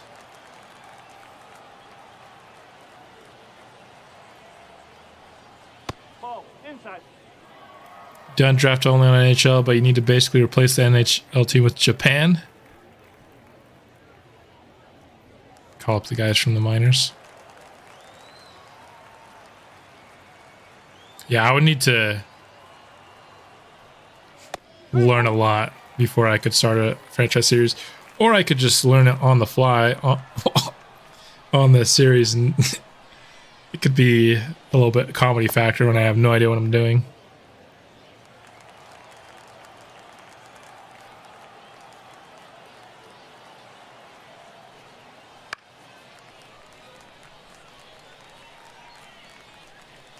But yeah, if there becomes a time, because we've been releasing like 5 or 6 episodes of this a week since it started out. We're already on, this is episode 26. Can't keep up that pace forever. That pace isn't going to last until July, you know. So there will likely be some downtime. I'll have to figure out what to do during that. That is definitely one of the options. The other option I was considering was going back to 2K. For an Era's franchise and doing the Bobcats when they were historically terrible during the LeBron era. A little bit of a throwback series. I have some interest in that, but I wouldn't know exactly how I'd want to do it.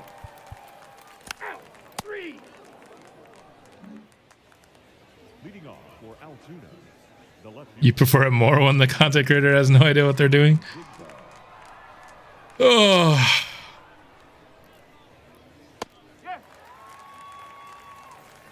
Definitely makes it definitely adds the comedy factor. That one was struck well. Ryan Doe though, that speed is showing up. We don't have a lot of speed on our team. Brian Doe's the one guy. Wildcats are basically a draft only franchise, yeah.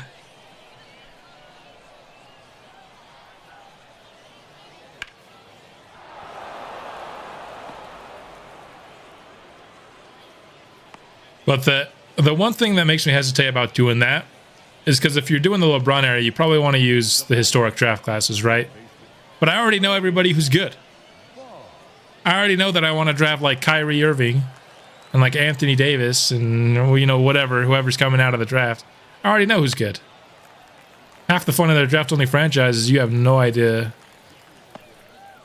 you know, if you're going to get good draft classes and you're going to get the players at the positions you need and yada, yada, yada. So that's the one reason I haven't committed to do that. But it would be fun to, like, I love Kyrie Irving so much. My favorite player to watch. Like his Cavs era was so fun. And to be able to, take him as a rookie, that's fun. Turned 16, nice. You still doing YouTube videos, Bozo? I remember a couple streams ago you were saying you had started some stuff. Series about a kid teaching his dad. That had to be really funny. Especially like what an older person who, because not only do they not know much about the game, they probably don't have much experience in video games at all, right? Like, just say I played NHL. I wouldn't know anything about the sport of the game, but I know a lot about franchise modes and how they generally work, right? Second only to Iverson. Iverson. It's another good player. I just love, like, great athleticism, like an Anthony Edwards is so fun, but a guy who's just so coordinated and skilled with the ball. Still doing, posted yesterday, nice. Hope that's been going well for you.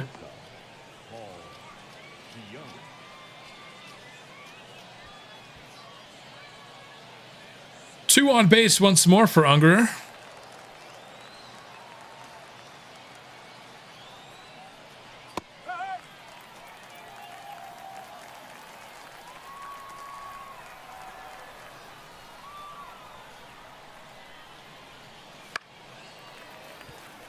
All right, let's get a double play out of the inning, shall we? Or a strikeout, I'll take either.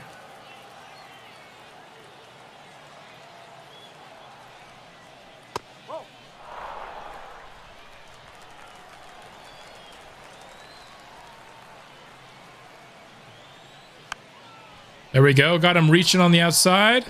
Can we turn two? Yes, we can. Let's go. 4-6-3.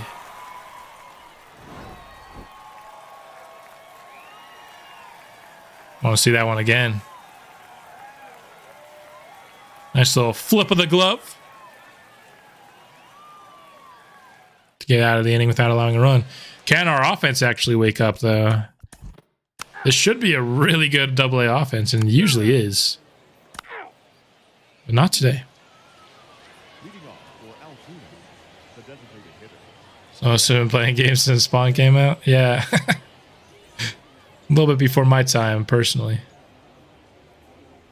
Do NHL because you don't know anybody? Yeah, I've seriously watched less than a total hour, and that was just to scout to see if the game would be possible for me.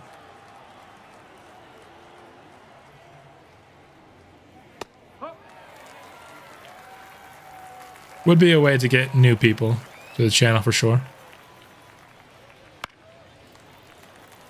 Like, I'm going to be straight up honest with you guys. When I played MLB The Show last year, I did not know I was going to become a, regular game on the channel. I thought, this game, it's a good thing to do in the off time to get people invested in the channel for like Madden and 2K. But then I had a ton of fun with it, and a lot of people did come to the channel, like I was hoping, and it's definitely something we're going to be doing every year going forward. That one's hit hard by Bell, and it's gone. You knew it just the way Brian Doe was chasing after it.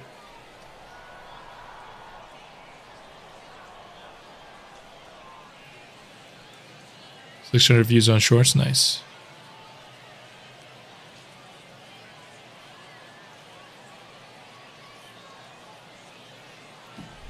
Wait, so the NHL had you draft real players in the game? That's interesting.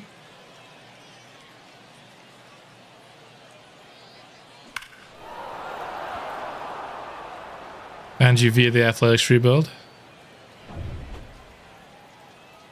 That was a fun rebuild. That was definitely me trying. Like, I knew very little about baseball in the game when I started that rebuild. I knew more than the NHL though.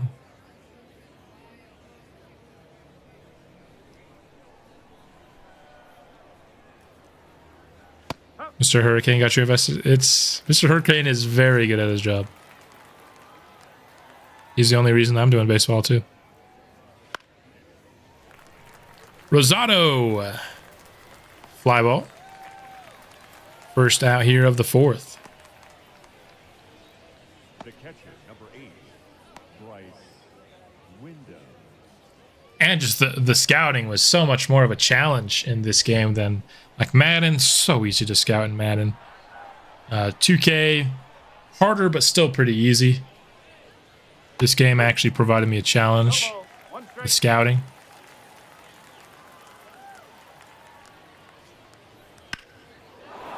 Wyndham, another hard hit ball. That'll be extra bases. Unger not looking as sharp here as he did the first time we watched him. I don't know. It's always when somebody does your favorite franchise, kind of depends on if their thoughts of the team align with yours. Because if they do, then you're going to be extra invested in it. But if somebody's just like, nah, I don't really care for this guy, and it's somebody that you care about, then obviously that's going to be tough. Or, oh, I really want to build around this guy, but you think he's not going to be great or whatever.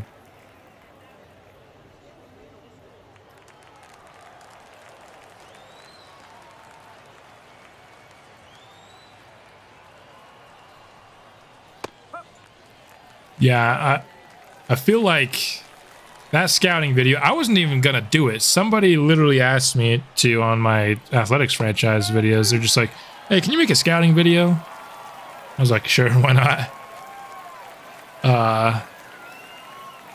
And thank goodness for that person who asked.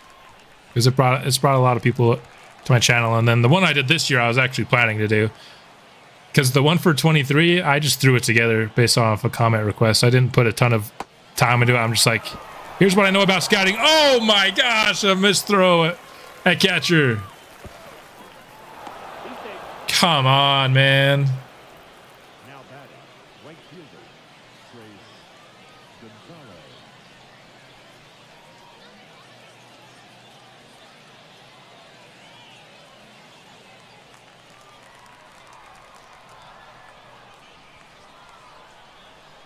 That was a terrible throw.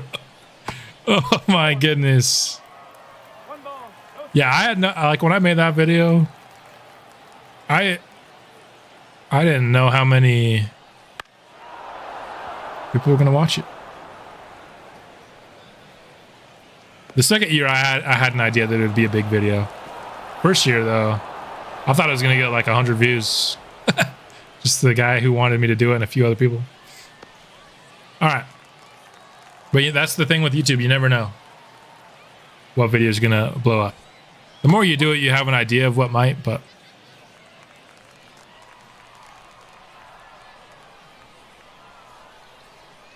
...72 pitches already for Unger. We're not even through the fourth.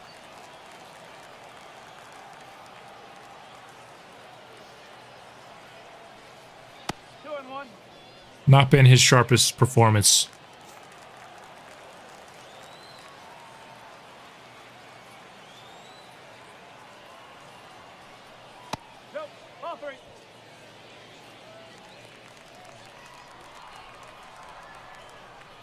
I should honestly do more videos on stuff that isn't like my, just like an episode of franchise, because those usually do pretty well for me.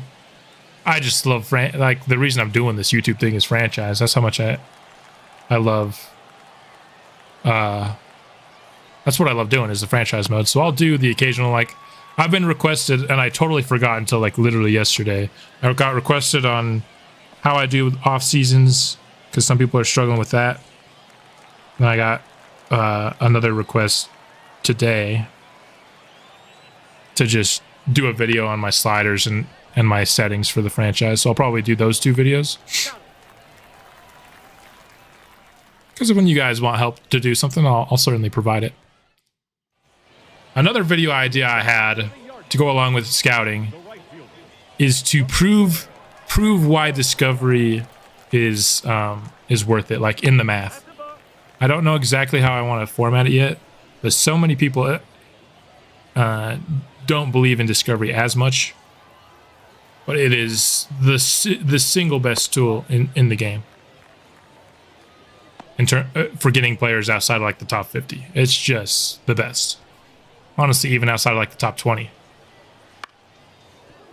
Doing the off season tonight? Okay. I'll try to hop into that for sure.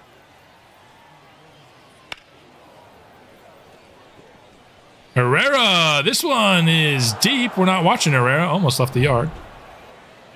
We watched Herrera last. Let's watch one Dorsey at bat. We're going to be taking a deeper look into a Dorsey in the next episode.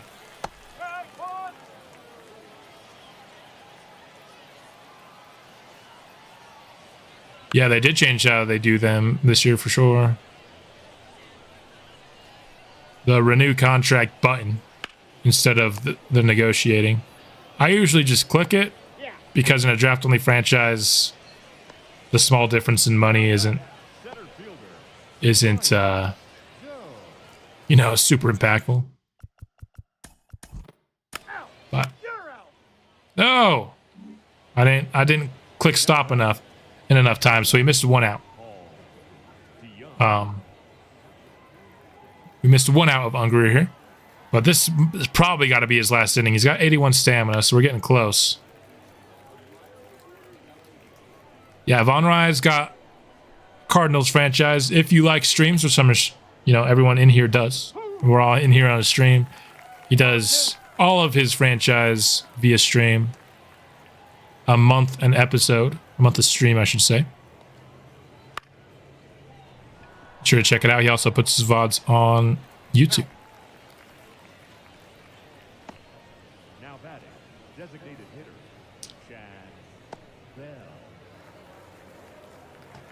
Yeah, I know. Basically, the renewed contracts are people on your 40-man roster, right? So you still have to negotiate for anybody that's not on your 40-man. That might be the end of Unger's day.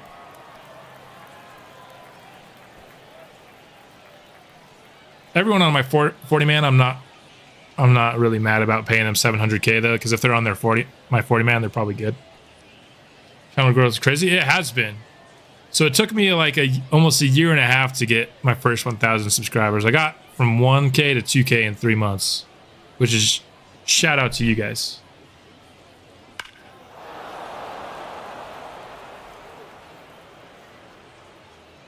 This Rockies franchise has certainly propelled me forward a bunch.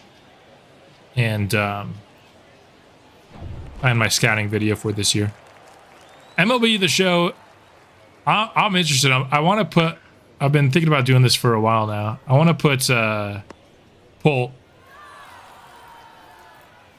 Dude, what's up with the fielding in this game, man? Another error. Yeah, get this guy out of here. We don't need his stats ruined anymore by terrible fielding. So that will be it for Unger's day. Not nearly as good as the first time that we watched him. But of course, he's still having a great season. Still very excited about him going forward. Thanks, Bozo, for helping spread the channel. 447, yeah. That's like the second time we've seen a minor league player go for like 450 off us. Happened to Herb Reyes with Blaze Jordan at the beginning of the stream as well. 4 earned runs and 4.2 innings. So, Angels are interested in offering a trade. We obviously can't take it. I just want to know. They want us to give them Jeff Ramirez for a guy who's 31 years old. Yeah, you guys are. That's a really smart trade, Angels. Good night. Oh, I guess I haven't simulated through the day quite yet. So here's scouting. Benji Avalos.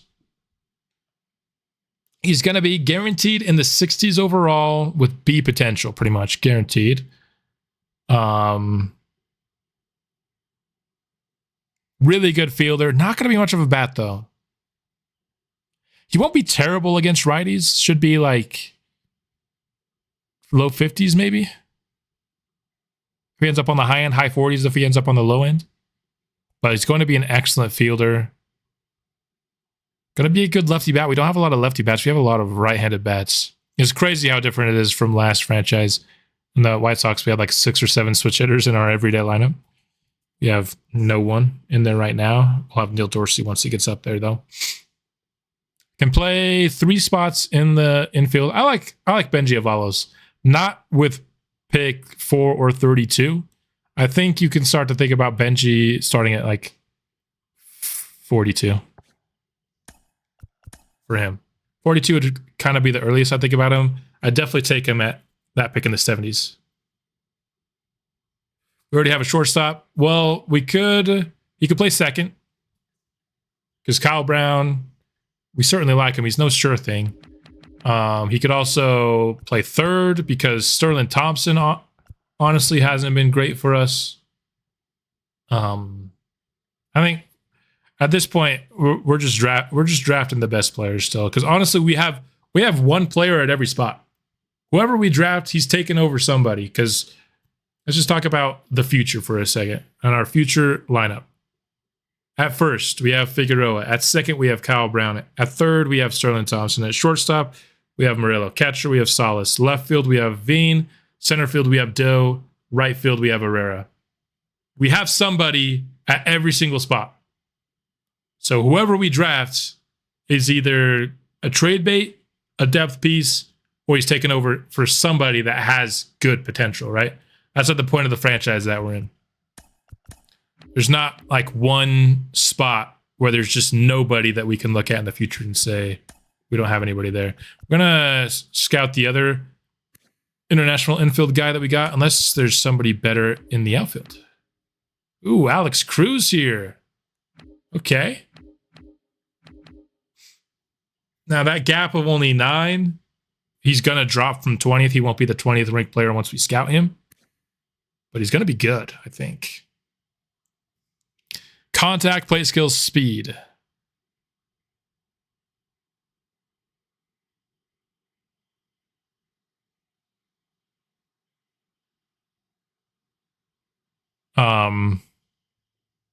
So Alex Cruz could be somebody worth taking a look at. Well, we'll scout Gregorio Dominguez first. Now, here's the thing. I actually want to scout the closers. And so we got 2 more weeks. I want to scout. Kind of want to scout all of them. So there's 6 players here. I want to put just 1 week into all of them. I don't need them 100%, but I want to put some scouting into them. So if we need to get to week 12 before we can get off starting pitcher international. So that will be 12, 13, and 14 I can put into closers. That will be 3 weeks, which means this guy over here is going to be scouting 3 weeks worth of closers as well. So we don't have much time left to scout position players. We got week 10, week 11, and then the last 3 weeks. Maybe we can only scout. Maybe I can weed out one of these guys, right? We scout 5 out of the 6. We can get 1 more position player a week. They're all like 19 to 21. Nobody's 18 of these guys. And if we're only putting 1 week into them, I actually kind of prefer to do the 20 and the 21-year-olds. So this 19-year-old might just not scout. He also has the lowest overall range. So we might not scout James Yang. He might be the best of them, and I screw myself over it. But yeah, the last few weeks of the season, I'm going to be scouting a bunch of closers. We'll just say that. Let's go now to the Central. Much like pitching, I feel like I always want to touch the international and the Central regions. Your setup is confusing for scouting. I mean, this is what I showed on a scouting video. Any lefties from the closers? We can check. Durham's a lefty. Post is a lefty. Yang's also a lefty. So half of them are lefties. If you're talking about starters, we do have some good lefties this year. Trayer, McDonald, and Sloan. I really like Sloan. I think the 2 guys that are in play for me at 4 at the pitcher are Eric Sloan. Really good, well-rounded skill set here. Pitch control is a little low, but other than that, looks really good. So I like Eric Sloan a lot. Jason McDonald, I also really like. I got introduced to Mr. Hurricane with his Houston Texans CPU versus CPU franchise, and it was incredible. Before that series, I literally never even thought to do CPU versus CPU, and it changed the way that I play franchise forever. Because I had a lot of problems sticking with franchises long term before that, and then he was like, "Yo, you guys looks like you guys like Sloan here. I do like him a lot as well." His pitch mix is the following: four seamer, sweeping curve, slider, splitter. Now some will say that his overall is being boosted by his arm strength, but I actually debunked that myth. Arm strength and accuracy do almost nothing to a player's overall. Almost nothing. And I'll prove it to you right here. I actually wanted to show this, especially with Von Rye, because I know Von Rye has said this as well. So, oh no, not Eric Lauer. Where is he? Johan Blanco. He only has 50 arm strength and 34 accuracy, right? 50 arm strength and 34 accuracy. Now I'm going to show you something. He's 70 overall. If we were to temporarily boost him to 99 in both, just the best arm in the history of baseball, he goes up 1 overall. He went up 115 points. His arm was already up 1, so he went up 114 points in arm strength and accuracy, and his overall went up 1 as a pitcher. So arm strength and accuracy don't actually do much to affect a player's pitching ranking. So if you see a guy that looks like a high overall pitcher, but you're thinking that that's being boosted by his arm strength and accuracy, not really. It does. It goes up. It definitely increases a position player. Like position players, yes, because arm strength and accuracy are considered pretty much position player ratings. So don't pay that much attention to arm strength and accuracy. So, you know, even though it's looking like, oh, he might not be as good because his arm strength is boosting his ratings, it's not really. His overall range is true.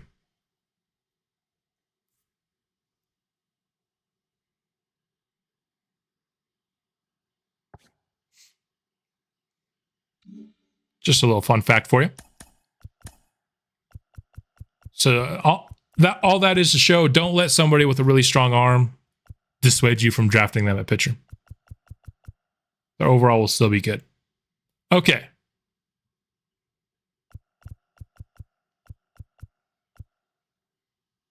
They regress first base. Yeah. Position players, yes, absolutely. Throw power will do a bunch to them, but like a first baseman who you don't really need throw power if they have a really strong arm, that's just some wasted overall points for sure. But not really for pitchers. Okay, so continuing on. I think Mac's biggest, yeah, so here's the thing. I think McDonald, definitely more of, he's going to have the strengths. His hits and walks per 9 are both going to be really good. His break is going to be fantastic. Just chef's kiss. He's going to have some nasty stuff. That 12-6 curve, especially look at that control on it as well. I bet this guy is going to have a nasty curveball. Just sickening. That slider also going to be really good. He doesn't strike out players despite the fact, but I feel like he might not strike out a bunch of players in simulation. I feel like he's going to strike out players when we watch, though, with all that chain, with all that nastiness on his curve and his slider. Eric Sloan's just the more well-rounded. I think he's a little bit worse, but he's more well-rounded. Not going to have nearly as many highs and lows. So I think they were both good options at 4. 4 out of 6, A potential. There you go. You love to hear it, man. Glad it's helping you out. Okay. I think we just go critical situations the rest of the way, guys. We're going to go through this Seattle series. We'll get one more week of scouting in. And yeah, 4 out of 6 potential is 8 potential is really, really good. Especially if you're able to get like 60s overall or higher on them too. I mean, that's about as good as it gets. So let's simulate through the week. Let's see. All right, we got Kyle Brown. He's 3 for 4 today. He's also at the plate in the 9th with us down by 1.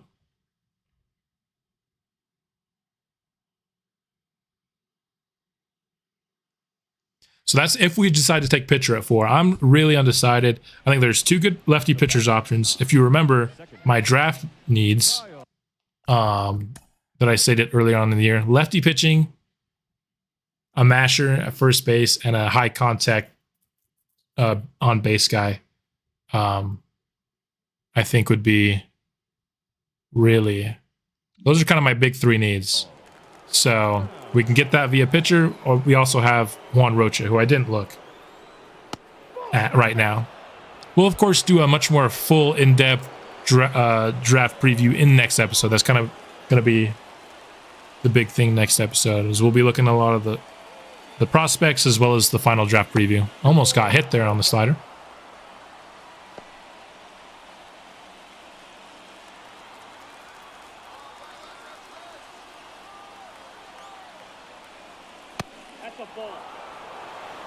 A little lucky there on the call. Rafi Murillo up next.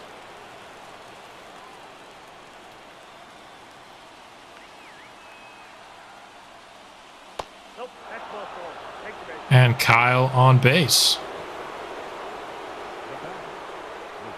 We should get a high contact base guy. Every guy that I scouted that had that profile wasn't very good though. That's the problem.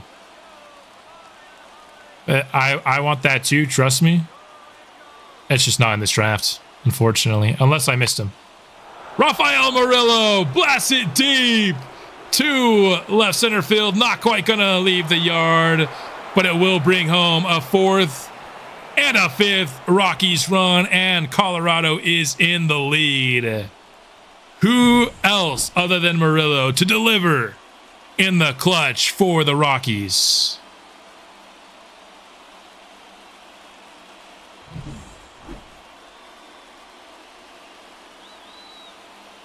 Yeah, all the leadoff guys. I'll show you them. I'll show you them at the end too. One of the guys is the guy that we scouted at the very top. There were a couple of guys that looked like they might be that guy. The high speed on base players. They're not good though, unfortunately. Nope, that's inside. Joey Meneses also with that excellent clutch. We could be seeing a 6th run here, giving us a little bit of wiggle room for the win.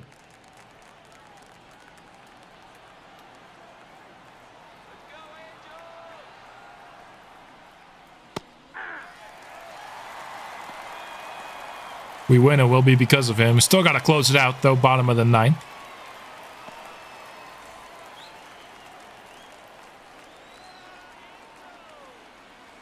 Come on, Joey. Give us an insurance run here. That one will be a grounder, but it's going to advance Murillo to 3rd.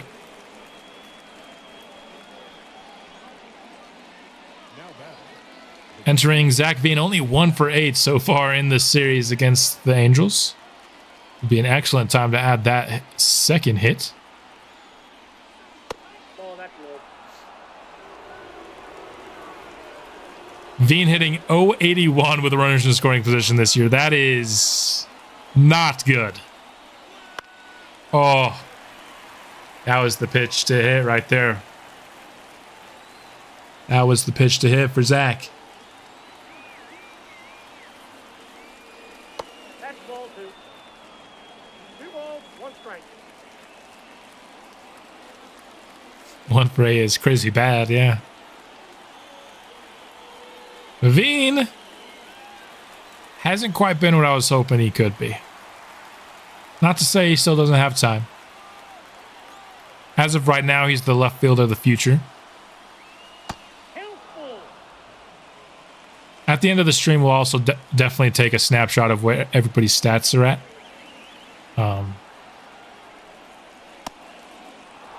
And Veen draws a walk. There you go. I don't think the Angels are mad at that, though, because it puts the double play as a possibility to keep Murillo from scoring. As you heard the fan just say double play. Nice hit by Omar Figueroa. That's going to bring home Murillo. Back up against the wall, and a man on second and third, still one out. Only the sixth double for Figueroa. Not been a great double hitter.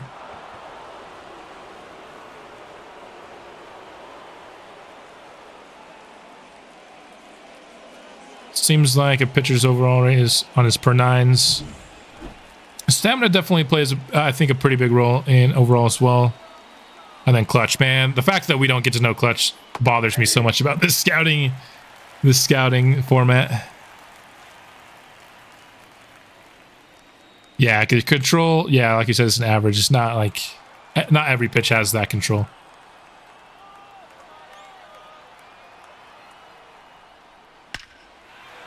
Jordan Beck keeps things going.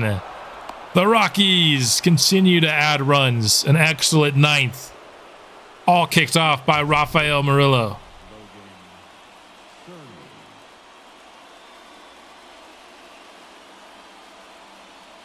What's the most important stat when scouting a pitcher? I think just because of the nature of the game being so much simulation, if you can get one stat high, I'd say walks per nine. Because for the last several games, pitchers with good walks per nine just tend to simulate well.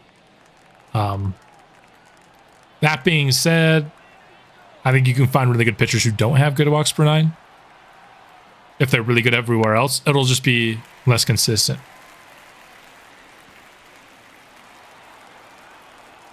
But if I had to choose one rating, if you want a guy who's going to sim well, it's going to be walks per nine.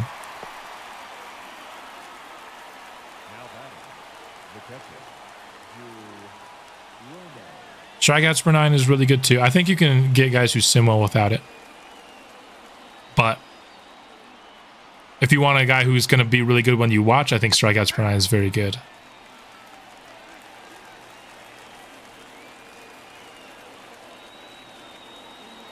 Drew Romo.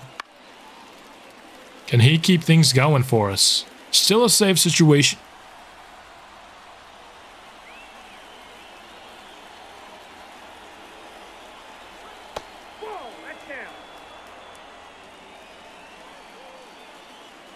Got him reaching. Yes, he did.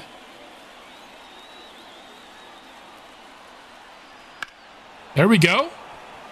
Romo lifts it deep to center field, but Mike Trout is after it. The Angels did not move off of Mike Trout here in the series. Want him to be a lifelong member of their team. And he's up next to bat. So you know that's dangerous.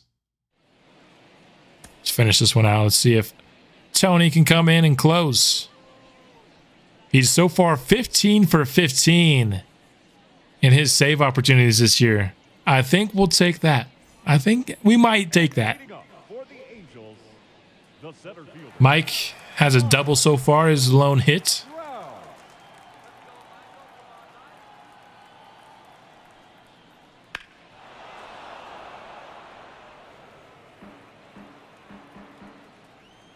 That's interesting. You have all those percentages worked out.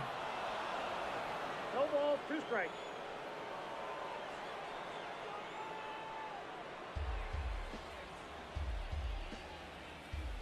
I've never heard of those percentages, if I'm being honest. 1 ball, 2 strikes. So they count strikeouts and walks as more important than hits and home runs.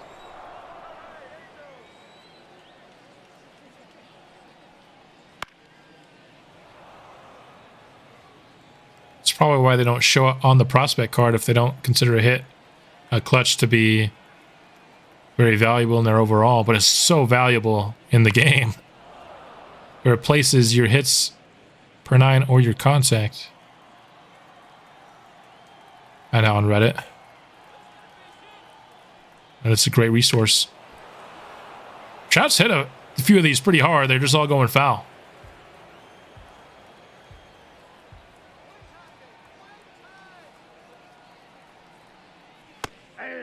Oh, a beautiful call. Thank you. We get a favorable call.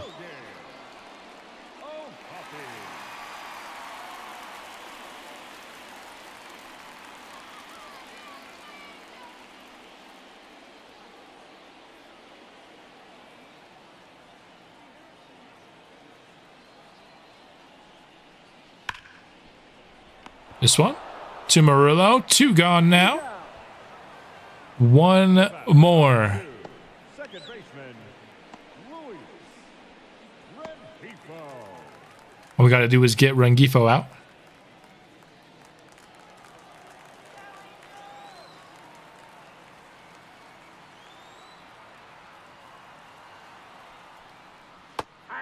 Yeah, that's just how much it affects their overall, not necessarily how important it is in the game.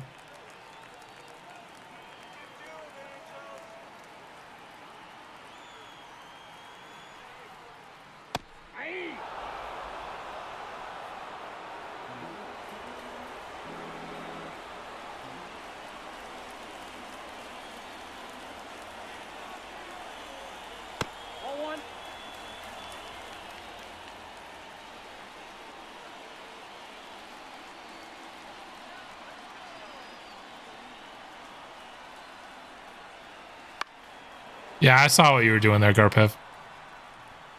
I saw what you were doing there. All right, 1-2 for Rengifo. Can Tony go 16 for 16?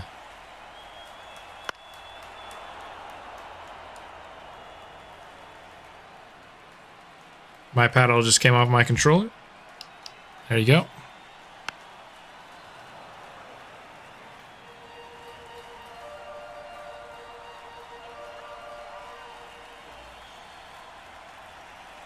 What difficulty? I actually don't know. I think it's All-Star. There's a quick snapshot of my sliders. I have CPU contact and power up 2, timing up 1, foul frequency down 1, solid hits up 2, stamina up 1, pitcher control is base. Consistency up 1, base, -2, plus 4, plus 4, plus 2, plus 2, plus 2, base, plus 3, plus 2, base, -1.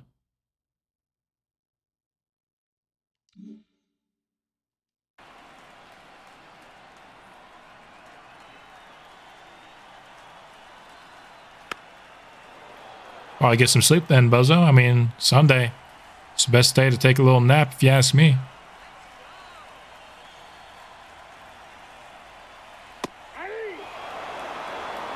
Oh my, another great call for strike 3.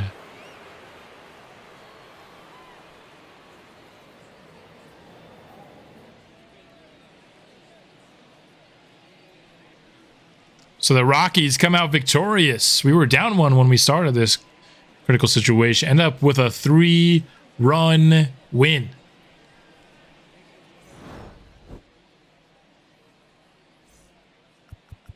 Player of the game is Kyle Brown. Had 3 hits today.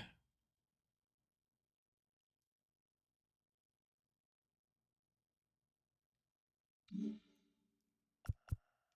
think that might do it for the gameplay portion. I want to look at scouting one more time and then go through all the stats, and I think that's how we will end off.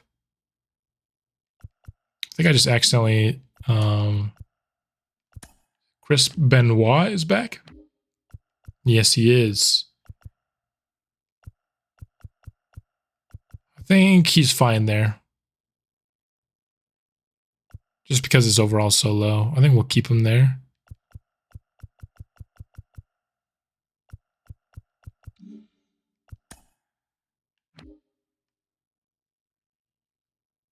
That's how you close the game. Absolutely. That was a couple of really nice strikeout calls there.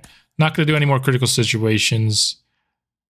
8-1 and 8-0 against Seattle. Having a very good series so far. And then I want to simulate this game, but not through the date. Can't sweep them. So far in June, we've lost a series against the Dodgers. We've won a series against the Angels, lost against Oakland, won against Seattle. So pretty much just 500 across the way so far in the month of June. So let's take one final look at scouting. Gregorio Dominguez did rise up the board here, about almost 20 spots. Scouting him up to 50%. What I'm seeing here, it's pretty good. The question is it worth it to get another week of scouting with him? 19 years old, it'd get him up to 100% when we have so few weeks left that we can actually scout position players. Now, I want to scout Alex Cruz. Who did we discover here? Oh, very good. Let's change it to infield. And this will be our last week scouting international pitchers.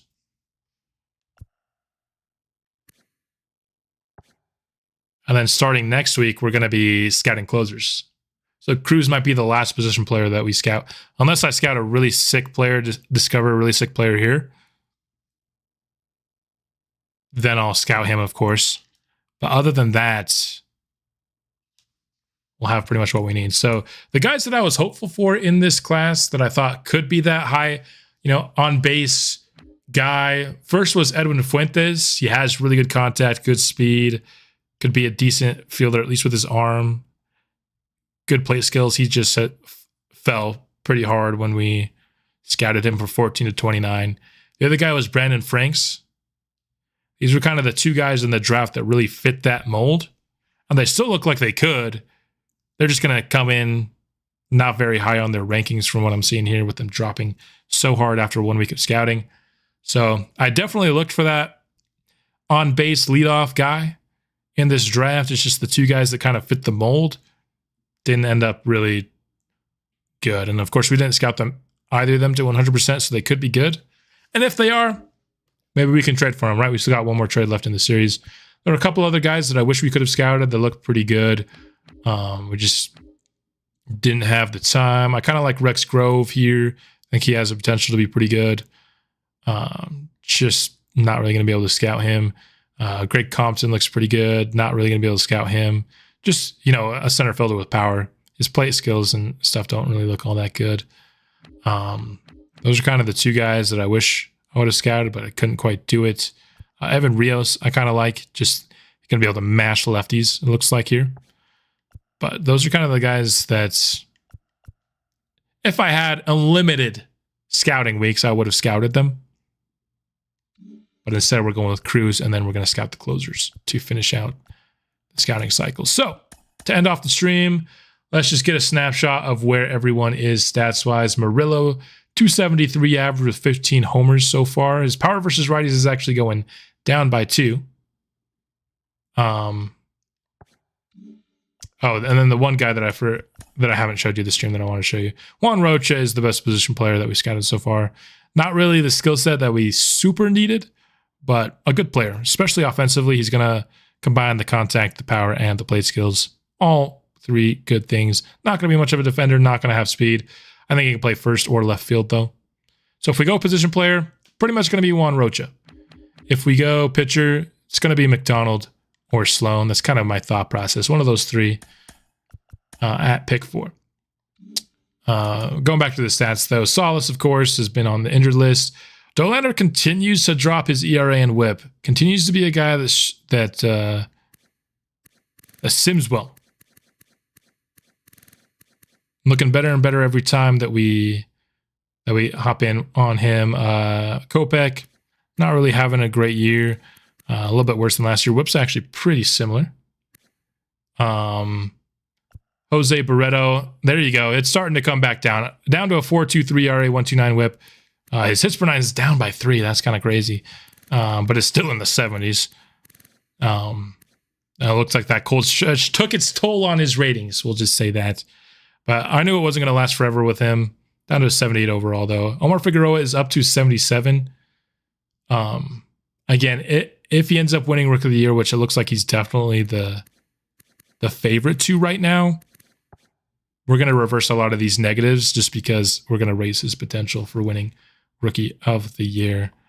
Kyle Brown, there you go. We looked in on him, gave him a challenge, and he started to turn things around. Up to 271. His OPS was below 600 to start this stream. It's up over 700 now. He's becoming He's becoming up to that war of 0. So there you have that. Clemente Herrera, his average continues to drop a little bit, unfortunately. Brian Doe is on a cold streak. He was hitting close to 300 to start the stream, but his contact's still going up, which is what we really want it to be doing. Dorsey here, up to a 73 overall. Walks per 9 is really the only thing not going up for him, but it's in a good spot. Pitching wise, under a 3 ERA, 115 whip. Might be time to start considering putting this guy up to AAA. And then here are what his hitting ratings look like. His fielding and his durability is going up a bunch. That's because those ratings go up as a hitter and as a pitcher. So I think they get like double of like the passive upgrades. But so far so good. Nothing going up on power versus righties, unfortunately. Take a look at his stats. He has 9 homers, hitting 322. So far, Ungerer still pitching really good, despite maybe not having the best inning when we watched him. Down the board here, got Mario Lozano having a good first year as a rookie, for sure. Blanco doing really good at AAA. Does he get a call up at some point? We'll have to see. Ramirez, not so hot here. 6.02 ERA in 40 innings. 139 whip's not terrible. Herb Reyes continues to be really good. Plus 3 hits per 9 already is really clutch for him. Brennan, of course, we saw that he was really hot in the month of May. ERA is coming up a bit, but it's still just 2.15, so you'll take it. Hernandez doesn't sim exceptionally well, unfortunately. And that'll be pretty much, I think, what we need to go for stats-wise. For the NHL series, it kind of just depends on when this series starts to slow down.